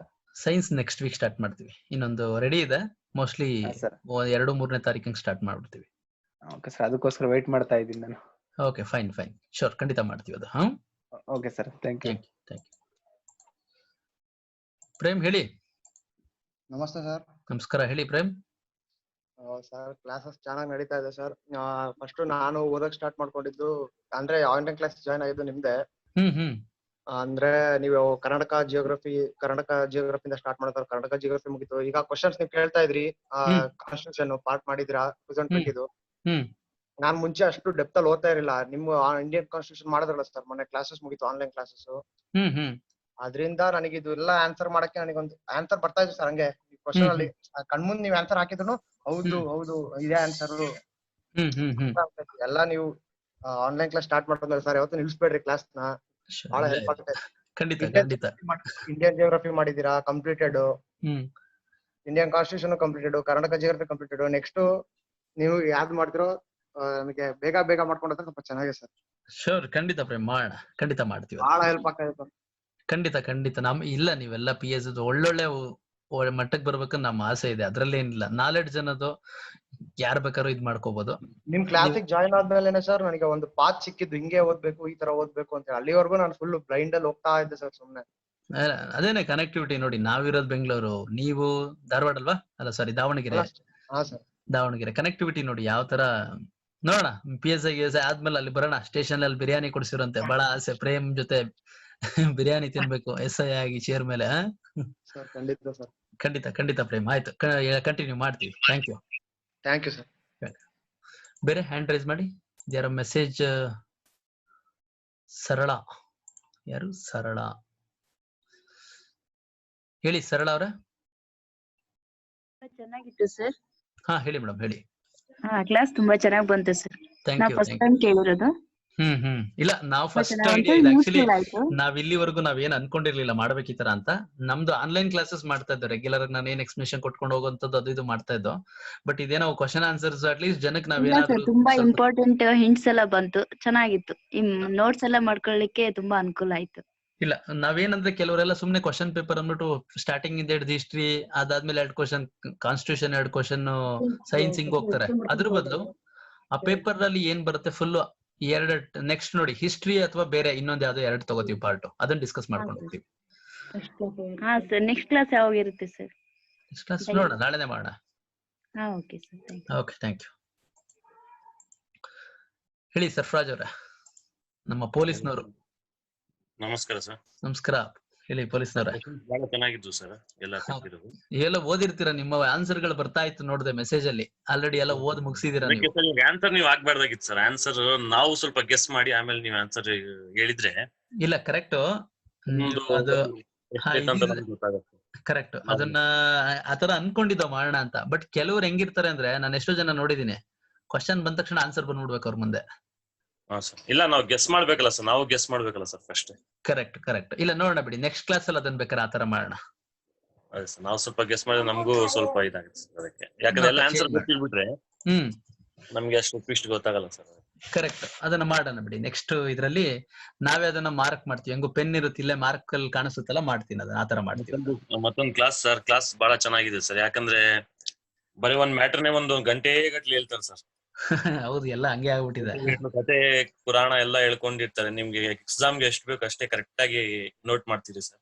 Okay, thank you. ಬಹಳ ಅನುಕೂಲ ಆಗುತ್ತೆ ಸರ್. ನಾವು 1 ತಿಂಗಳು ಓದೋದು ನಾವು ಒಂದು 4 days ಅಲ್ಲಿ ಓದ್ಬಹುದು ಸರ್. ಅಷ್ಟು ನೀಟಾಗಿ ಮಾಡಿರ್ತೀವಿ ಸರ್. Okay, thank you. ಇಲ್ಲ, ಆಗ್ಬೇಕು ಅದೆಲ್ಲ. ಒಂದು ರಿಯಲ್ ಆಗಿ ಇಂಪ್ಲಿಮೆಂಟ್ ಆದಾಗ ಬಹಳ ಖುಷಿ ಆಗುತ್ತೆ. ಯಾಕಂದ್ರೆ ಅದು ಜಾಸ್ತಿ ಓದೋರಿಗೆ ಗೊತ್ತಾಗತ್ತೆ ಸರ್. ಅದು ಹೌದೌದು, ಖಂಡಿತ. ಅದನ್ನ ಸ್ಟಾರ್ಟಿಂಗ್ ಅಲ್ಲಿ ಎಷ್ಟು ಕ್ವಶನ್ ಬರ್ತಾವ ಅಂತ ಎಷ್ಟು ಹೆಂಗೆ ತೆಗ್ದ್ರೇನು ಸರ್ ಅಷ್ಟೇ ತೆಗಿಬೇಕು ಸರ್. ಅಷ್ಟೇ ನೀವು ತೆಗಿತೀರಲ್ಲ ಅದು. ಹೌದು ಅಷ್ಟೇ ತೆಗಿಯಕ್ಕಾಗತ್ತೆ. ಬೇರೆದು ಎಕ್ಸ್ಟ್ರಾ ಅದು ಕಸ ಕಡ್ಡಿ ಯಾವ್ದು ತೆಗಿಯಕ್ಕಾಗಲ್ಲ ಸರ್. ಇಲ್ಲ, ಹೌದು, ಆತರ ಹಾಕಿದ್ರೆ ವೇಸ್ಟ್. ನಮಗೂ ಹೇಳಕ್ಕೂ ವೇಸ್ಟ್, ನಿಮ್ಗೂ ಅದು ಕೇಳಕ್ಕೂ ಬೇಜಾರು. ಆಮೇಲೆ ಏನಪ್ಪಾ ಹಿಂಗ್ ಪಡ ಮಾಡ್ತಾರೆ ನಂಗೂ ಆಗುತ್ತೆ. ಈಗ ನೋಡಿ, ಇವಾಗ ಕ್ವಶನ್ಸ್ ನೆಕ್ಸ್ಟ್ ನೋಡೋಣ. ಅದೇ ನೀವ್ ಹೇಳ್ದಂಗೆ ಆನ್ಸರ್ ನ ಮಾರ್ಕ್ ಮಾಡಿರಲ್ಲ, ನೀವ್ ಹೇಳ್ಬೇಕು. ಅಲ್ಲಿ ಯಾರಾದ್ರೂ ನೀವು ಬೆಸ್ಟ್ ಚಾರ್ಟ್ ಮಾಡ್ತಿರಲ್ಲ, ಆತರ ಮಾಡಿದ್ರೆ ಮಾಡೋಣ ಪೊಲೀಸ್ನವ್ರ. Okay, thank you. ಹೇಳಿ. ಓಪೋ A5s ಹೆಸರಿಲ್ಲ ಇದೆ. ಸರ್, ಹೇಳಿ. ನಮಸ್ತೆ ಸರ್. ನಮಸ್ಕಾರ, ಹೇಳಿ sir. Very nice class sir, interesting class. Thank you. ಏನ್ ಹೆಸರು ಗೊತ್ತಾಗಿಲ್ಲ, ಓಪೋ ಅಂತ ಬರ್ತಾ ಇದೆ ಇಲ್ಲಿ. Okay sir. ಹೆಸರು ಫೀಲ್ಡ್ ಮಾಡಿದ ಅಮರ್ ನಾಯಕ್ ಅಂತ ಹೇಳಿ ಸರ್. Amar Nayak, Raichur district sir. Raichur. Okay, ಅಲ್ಲಿಂದ ತಗೊಂಡಿದ್ದೀರಾ? Okay sir.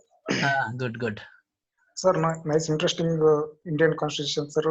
ವೆರಿ ನೈಸ್ ಉಪಯುಕ್ತ ಆಗ್ತಕ್ಕಂತ ಒಂದು ಸ್ಪರ್ಧಾರ್ಥಿಗಳಿಗೆ ಚೆನ್ನಾಗಿ ಕ್ಲಾಸ್ ಮಾಡಿದಿರಿ ಸರ್. ಇಲ್ಲ ಆಕ್ಚುಲಿ ನಮ್ದು ರೆಗ್ಯುಲರ್ ಆನ್ಲೈನ್ ಕ್ಲಾಸ್ ನಮ್ ನವೀನ್ ಇದಾರಲ್ಲ ಮೇಜರ್ ಆಗಿ ಅವರು ನಮ್ಗೆ ಇವತ್ತು ಏನ್ ಅವ್ರನ್ನ ಇಂಟ್ರೊಡ್ಯೂಸ್ ಮಾಡೋಣ ಅಂತ ನಮ್ ನವೀನ್ ಅವರು ನಮ್ ಜೊತೆ ಆಕ್ಟಿವ್ ಆಗಿ ಇನ್ವಾಲ್ವ್ ಆಗ್ಲಿ ಅಂತ ಅವ್ರಿಗೋಸ್ಕರ ಇಬ್ಬರು ನವೀನ್ ಸರ್ದು ಮತ್ತೆ ನಿಮ್ದು ಚೆನ್ನಾಗಿತ್ತು ಸರ್ ಕ್ಲಾಸಸ್.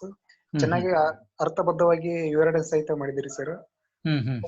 ಸಾಮಾನ್ಯವಾಗಿ ಮನುಷ್ಯ ಎಷ್ಟು ತಿಳ್ಕೋಬೇಕು ಯಾವ ಸಬ್ಜೆಕ್ಟ್ ಅಷ್ಟೇವಾಗಿ ವಿವರಣೆ ಮಾಡಿದಿರಿ ಸರ್. ಅಲ್ಲ ಅಷ್ಟೇ ಸಾಕು. ಯಾಕಂದ್ರೆ ಕೆಲವು ಎಷ್ಟೋ ಸರಿ ನಾನು ಹೇಳ್ತೀನಿ ಹಳೆ ಪೇಪರ್ಗಳು ನೋಡ್ಕೊಂಡು ಹೋಗ್ಬಿಟ್ರೆ ನೀವ್ ಎಷ್ಟೋ ಸಲ ಎಕ್ಸಾಮ್ ಪಾಸ್ ಆಗ್ಬಿಡ್ಬೋದು. ಬಟ್ ಅದಕ್ಕೆ ಏನ್ ಮಾಡ್ತಾರೆ ಅಂದ್ರೆ ಕೆಲವ್ರು ಕೊಡ್ತಾರೆ ಎಕ್ಸ್ಪ್ಲನೇಷನ್ ಇಲ್ಲ ಅಂತಲ್ಲ. ನಾನು ಯಾಕೆಂದ್ರೆ ಹೇಳಿದ್ದೆ ಇವಾಗ ಭಾರತ ಲಾಂಛನದಲ್ಲಿ ಎಷ್ಟಿದೆ ಅಂದ್ರೆ ಅದನ್ನೇ ಒಂದ್ ದಿನಲ್ಲೇ ಹೇಳ್ಬಿಡ್ತಾರೆ. ನಿಮ್ಗೆ ಆಸಕ್ತಿ ಹೊರಟೋಗುತ್ತೆ. ಲಾಂಛನ ಹೆಂಗ್ ಬಂತು, ರಾಷ್ಟ್ರಗೀತೆ ಯಾವಾಗ ಬಂತು, ರಾಷ್ಟ್ರ ಧ್ವಜ ಹಿಂಗ್ ಬಂತು, ಅದ್ ಬಂತು ಇದು ಬಂತು, ನಿಮ್ಗೆ ಯಾವ್ದ್ ನೆನ್ಪಿಟ್ಕೋಬೇಕು ಅನ್ನೋದೇ ಮರ್ತ್ ಬಿಡ್ತೀರಾ. ಅದಕ್ಕೋಸ್ಕರ ಎಷ್ಟು ಬೇಕೋ ಅಷ್ಟು ಮಾಡೋಣ ಅಂತ. ಇನ್ ನೆಕ್ಸ್ಟ್ ಅದೇ ತರ ಮಾಡ್ಕೊಂಡ್ರೆ ಅಟ್ಲೀಸ್ಟ್ ನಾವೊಂದು 50-60 ಪೇಪರ್ ಮಾಡೋಣ ಅಂತ. ಹೌದು ಸರ್, ಥ್ಯಾಂಕ್ ಯು ಸರ್. ನಾವು PSI ಟ್ರೈ ಮಾಡ್ತಾ ಇದೀವಿ ಸರ್ ಹಂಗೆ. ಓಕೆ. ಬಟ್ ಈ ತರ ಇಂಟ್ರೆಸ್ಟಿಂಗ್ ನಾವು ನಿಮ್ದಿಂದ ಬಟ್ ನಿಮ್ದು ಒಂದು ಪುಸ್ತಕ ಓದ್ತಿದ್ವಿ ಸರ್, ಚಿಗುರು ಅನ್ನೋದು. ಚಿಗುರು ನಮ್ದಲ್ಲ. ಎಷ್ಟೋ ಜನ ಅದ್ ಕನ್ಫ್ಯೂಸ್ ಮಾಡ್ಕೊಂಡಿದ್ದಾರೆ. ನಮ್ದು ಸ್ಪರ್ಧಾ ಚಿಗುರು. ನೀವೇನ್ ಯೂಟ್ಯೂಬ್ ವಿಡಿಯೋಸ್ ನೋಡ್ತೀವಲ್ಲ, ಹೌದು ಸರ್, ಯೂಟ್ಯೂಬ್ ವಿಡಿಯೋಸ್ ಎಲ್ಲ ಕೆಲವರು ಕಮೆಂಟ್ ಮಾಡಿರ್ತಾರಲ್ಲ ಅದು ನಮ್ದು. ಈ ಚಿಗುರುನ ಅದು ಧಾರವಾಡದಲ್ಲಿ ಏನೋ ಇದೆಯಂತೆ, ಅದು ನಮ್ದು ಸ್ಪರ್ಧಾ ಚಿಗುರು. ಹೌದು, ಅದು ಚಿಗುರು ಅನ್ನೋದು ಅದು ಎಷ್ಟೋ ಜನ ಸ್ಪರ್ಧಾ ಚಿಗುರು ಅನ್ಕೋತಾರೆ, ಚಿಗುರುನ ಸ್ಪರ್ಧಾ ಚಿಗುರು ಅನ್ಕೋತಾರೆ. ಸ್ಪರ್ಧಾ ಚಿಗುರು ನೋಡಿ, ಇಲ್ಲಿ ಸ್ಕ್ರೀನ್ ನಲ್ಲಿ ಕಾಣಿಸ್ತಿದೆಯಲ್ಲ, ಇದು ಫೋನ್ ನಂಬರ್. ವಾಟ್ಸ್ಆಪ್ ಅಲ್ಲಿ ನೀವು ಈ ನಂಬರ್ ಹಾಯ್ ಅಂತ ಮೆಸೇಜ್ ಮಾಡಿದ್ರೆ ನಮ್ ವಿಡಿಯೋಸ್ ಎಲ್ಲ ಬರ್ತವೆ, ಕೆಲವು ಸ್ಯಾಂಪಲ್ ವಿಡಿಯೋಸ್ ನೋಡಿ. ಯಾರು? ಪರಶುರಾಮ್ ಅವರು. ಹಲೋ, ನಮಸ್ಕಾರ ಸರ್. ನಮಸ್ಕಾರ. ಪರಶುರಾಮ್ ಹಳ್ಳೂರು ನಮ್ಮ ಆರ್ಮಿ ಅವರ? ಹಾ ಸರ್, ಜಮ್ಮುದಿಂದ ಮಾತಾಡ್ತೇನೆ. ಓಹೋ, ಏನ್ ಸರ್ ಆರಾಮ? ಅಪರೂಪ, ಎಷ್ಟೋ ದಿನ ಆದ್ಮೇಲೆ. ಏನ್ ಸರ್ ಡ್ಯೂಟಿ ಗಿಟಿ ಹೆಂಗಿದ್ದು? ಈಗ ಮೆಸೇಜ್ ಬಂತ ನನಗೆ ಕ್ಲಾಸ್ ಐತೆ ಅಂತ ಹೇಳಿ. ಓಕೆ, ಎಲ್ಲಿ ಜಮ್ಮು ಕಾಶ್ಮೀರ ಡ್ಯೂಟಿನ ಈಗ? ಹಾ ಸರ್, ಜಮ್ಮು ಕಾಶ್ಮೀರ. ಪರವಾಗಿಲ್ಲ, ನಮಗ್ ಖುಷಿ ಆಗುತ್ತೆ ನೀವೆಲ್ಲ ಭಾರತದ ಬಾರ್ಡರ್ ಇಂದ ಜಾಯ್ನ್ ಆಗೋದು. ಏನ್ ಮಾಡುದು ಸರ್, ಡ್ಯೂಟಿ ಇದ್ರೆ ಮತ್ತೆ ಬೇರೆದವ್ರನ್ನ ಕಳಿಸಿ ನಾ ಕ್ಲಾಸ್ ಅಟೆಂಡ್ ಮಾಡ್ತೀನಪ್ಪ, ನೀವು ಸ್ವಲ್ಪ ಡ್ಯೂಟಿ ಮೇಲೆ ಹೋಗೋದು ಬೇರೆದವ್ರನ್ನ ಕಳಿಸಿದ್ರೆ ಮತ್ತೆ ಅದ ಸ್ವಲ್ಪ ಕ್ಲಾಸ್ ನೋಡ್ಕೊಂಡು ಹೋಗಂತ ಕೂತಿದ್ದೀರಿ. Okay, good. ಸರ್ ನಾ ಇದು ಎಕ್ಸಾಮ್ ಬರ್ದೇನೆ ಸರ್, ನಾ PSI ಅದ. ನೀವು ತೋರಿಸಲ್ಲ 13 ಆನ್ಸರ್. ಇದ್ರ ನಾನು ಸರ್ 3 ತಪ್ಪಾಗಿದವ್ರ ಆನ್ಸರ್. ಆಕ್ಚುಲಿ 13 3 ತಪ್ಪಾಗಿದವ್ರಿ. Okay, very good, very good. ಅಂದ್ರೆ ಚೆನ್ನಾಗಿ ಡ್ಯೂಟಿಯಲ್ಲಿ ಇದ್ದು ಅಷ್ಟು ಮಾಡಿದೀರ ಅಂದ್ರೆ ವೆರಿ ಗುಡ್. ಹಾ ಸರ್, ಮಾಡ್ತಾರೆ ಸರ್. ಅದು ನಿಮ್ ಕ್ಲಾಸ್ ಇಂದ ಸ್ಟಾರ್ಟ್ ಆಗಿತ್ತು ನಂದು ಆನ್ಲೈನ್. ಹೆಂಗ್ ಓದ್ಬೇಕು, ಏನ್ ಮಾಡ್ಬೇಕಂತ ಹೇಳಿ. ಇಲ್ಲ, ನಮಗ್ ಖುಷಿ ಸರ್. ನೀವೆಲ್ಲ ಆರ್ಮಿ ಪರ್ಸನ್ಸ್ ಎಲ್ಲ, ನಮ್ಗದು ಜಮ್ಮು ಕಾಶ್ಮೀರ್ ಅಲ್ಲಿಂದ ಜಾಯ್ನ್ ಆಗಿ ನಮ್ಗೆ ಎಷ್ಟು ಹೆಮ್ಮೆ ಇದೆ ಹೇಳಿ. Sir but sir first time ನಾ ಅಟೆಂಡ್ ಮಾಡಿದ್ದೆ ಸರ್. ಈಗ ಆನ್ಲೈನ್ ಕ್ಲಾಸ್ ಹಿಂಗ್ ಆಗ್ತಿತ್ತಪ್ಪ ಅಂತ ನನಗೆ ಫಸ್ಟ್ ಟೈಮ್ ಗೊತ್ತಾಗಿದೆ ನಿಮ್ಮಿಂದ. Okay, thank you sir, thank you. Sir next class ಬೇಗ ಚಾಲು ಮಾಡ್ರಂದ್ರ? ಖಂಡಿತ. ಇಲ್ಲ, ರೆಗ್ಯುಲರ್ ಆನ್ಲೈನ್ ಕ್ಲಾಸ್ ಇದು ಕ್ವಶನ್ ಆನ್ಸರ್ಸ್ ನಡೀತಾ ಇರುತ್ತೆ. ಆನ್ಲೈನ್ ಅದು ಮೋಸ್ಟ್ಲಿ ನಾನು ಸೈನ್ಸ್ ಸ್ಟಾರ್ಟ್ ಮಾಡ್ತಾ ಇದೀವಿ ಆನ್ಲೈನ್ ಆಗಿ. ಮಾಡ್ರಿ ಸರ್, ಬೇಗ ಮಾಡ್ರಿ ಅಷ್ಟೇ. ಇಲ್ಲ, ಖಂಡಿತ ಮುಗಿ. ಯಾಕೆಂದ್ರೆ ಈಗೆಲ್ಲ ಕೊರೋನಾ ಇರೋದ್ರಿಂದ ಇನ್ನು ಎಕ್ಸಾಮ್ ಈ ವರ್ಷ ಯಾವ್ದು ನಡೆಯಲ್ಲ. ನಮ್ ನವೀನ್ ಹೇಳ್ತಾ ಇದ್ರು. ಏನ್ ನವೀನ್? ಸರ್, ಈ ವರ್ಷ ಆಗಲ್ಲ ಸರ್. ಈ ವರ್ಷ ಬಹಳ ಕಷ್ಟ ಇದೆ. ಬಟ್ ಎಲ್ಲ ಪ್ರಿಪೇರ್ ಆಗ ಸ್ಟ್ರಾಂಗ್ ಆಗಿ ಪ್ರಿಪೇರ್ ಆಗ್ಬಿಡಿ. ಎಲ್ಲ ಸ್ಟ್ರಾಂಗ್ ಆಗಿ ಪ್ರಿಪೇರ್ ಆಗ್ಬಿಟ್ರೆ ಬಂದು ಒಂದೇ ಸರಿ ನಮ್ಗೆ ಒಂದೇ ಲೈಫ್ ಇರೋದು, ಒಂದೇ ಅಟೆಂಪ್ಟ್ ಕೊಟ್ಬಿಡ್ತೀವಿ ಅಂತ ಜೋಶಲ್ಲಿ ಬನ್ನಿ, ಅವಾಗ ಖಂಡಿತ ಮಾಡ್ಬೋದು. ಅದು ಸರ್, ನಾನು ಅಂದ್ರೆ ಡಿಸೆಂಬರ್ ರಿಟೈರ್ಡ್ ಆಗ್ತೇನೆ ಸರ್ ಆರ್ಮಿಯಿಂದ. Okay, very good. ಬರ್ತೀರಿ, ಬನ್ನಿ ಸರ್. ಆಮೇಲೆ ಗುದ್ದಾಡುವಂತ. ಕರೆಕ್ಟ್. ನೀವು ಒಂದ್ಸರಿ ಟ್ರೈ ಮಾಡ್ತೇನೆ. ಯುದ್ಧ ಕಾಲದಲ್ಲಿ ಶಸ್ತ್ರಾಭ್ಯಾಸ ಮಾಡೋದಕ್ಕಿಂತ ರೆಡಿ ಆಗಿ ಬಂದ್ರೆ ಒಳ್ಳೇದು. ಹಾ ಸರ್, ಅದ ಟ್ರೈ ಮಾಡ್ತೇನೆ. ಮುಗಿಸ್ತೀವಿ ಸರ್, ಖಂಡಿತ ಮುಗಿಸ್ತೀವಿ. Thank you. Okay sir, thank you sir. Thank you. ಬೇರೆ ಇನ್ಯಾರಪ್ಪ? And last 1 or 2 minutes. Aparna, in our very good informative class, I learned a lot of information in this class. Thank you for organizing class, sir. Be heartily full. Thank you madam, thank you. ನಮ್ಮ voice ಸಿಕ್ಕಾಪಟ್ಟೆ YouTube ಅಲ್ಲಂತೂ ಪ್ರಚಾರ ಆಗ್ಬಿಟ್ಟಿದೆ ಬಿಡಿ voice ಅಂತೂ ನಮ್ದಂತೂ. But ನನಗೆ ಇವತ್ತೇ first time ನೀವ್ ಹೇಳಿದ್ದು ಇಷ್ಟು ಜೋರ. ನಾಳೆ ದಿನ ಮೆತ್ತಗ್ ಮಾತಾಡ್ತೀನಿ. ನಾಳೆಯಿಂದ ಹಲೋ ಸಣ್ಣ ಧ್ವನಿಯಲ್ಲಿ ಮಾತಾಡ್ತೀನಿ. ಗೊತ್ತಿಲ್ಲ, ನೋಡೋಣ. ಬೇರೆ ಫೀಡ್ಬ್ಯಾಕ್ ತಗೋತೀನಿ. ಕೆಲವರು ಸರ್ ನೀವು ಮಾತಾಡೋದು ಕೇಳಿಸಲ್ಲ ಅಂದ್ರಲ್ಲ, ಹತ್ರಕ್ ಬಂದ್ ಮಾತಾಡ್ತಾ ಇದೀನಿ. ಇರ್ಲಿ, ಇವತ್ತೊಂದಿನ ಅಡ್ಜಸ್ಟ್ ಮಾಡ್ಕೊಳ್ಳಿ. ನಮ್ ವಾಯ್ಸ್ ನಿಮಗೆ ರಾತ್ರಿ ಎಲ್ಲ ಅದೇ ಗುನ್ಗುನ್ ಗುಡ್ತಾ ಇರ್ಬೇಕು ನಿಮಗೆ. ಓಕೆ, ಇರ್ಲಿ. Thank you. ಬೇರೆ ಇನ್ಯಾರ್ದಾರ ಡೌಟ್ಸ್ ಇದ್ರೆ ಲಾಸ್ಟ್ 1 minute ಕ್ಲೋಸ್ ಮಾಡ್ತೀವಿ. ಯೂಟ್ಯೂಬ್ ಅಲ್ಲಿ ಸಿಗುತ್ತೆ. ವಾಕ್ ಸ್ವಾತಂತ್ರ್ಯ, ನಮ್ಮ ಪೊಲೀಸ್ನವ್ರು ವಾಕ್ ಸ್ವಾತಂತ್ರ್ಯ, ಯಾರು ಹೆಂಗ್ ಬೇಕಾರೋ ಮಾತಾಡ್ಬೋದು. ಹೌದು, ನಮ್ಮಿಷ್ಟ, ನಮ್ಮನೆ, ಹೆಂಗ್ ಬೇಕಾರೋ ಮಾತಾಡ್ಬೋದು. ಜೋರಾಗನ ಮಾತಾಡ್ತೀನಿ, ಕಮ್ಮಿಯಾರ ಮಾತಾಡ್ತೀನಿ. ಸುಮ್ನೆ ಅಂದೆ ಮೇಡಮ್, ಏನಿಲ್ಲ, ಪರವಾಗಿಲ್ಲ. ನಾಳೆಯಿಂದ ಕಮ್ಮಿ ಮಾತಾಡೋಣ. ಕೇಳೋಣ, 1-2 ಮೂವರ್ನ ಸ್ಯಾಂಪಲ್ ಟೆಸ್ಟ್ ಮಾಡ್ಸೋಣ.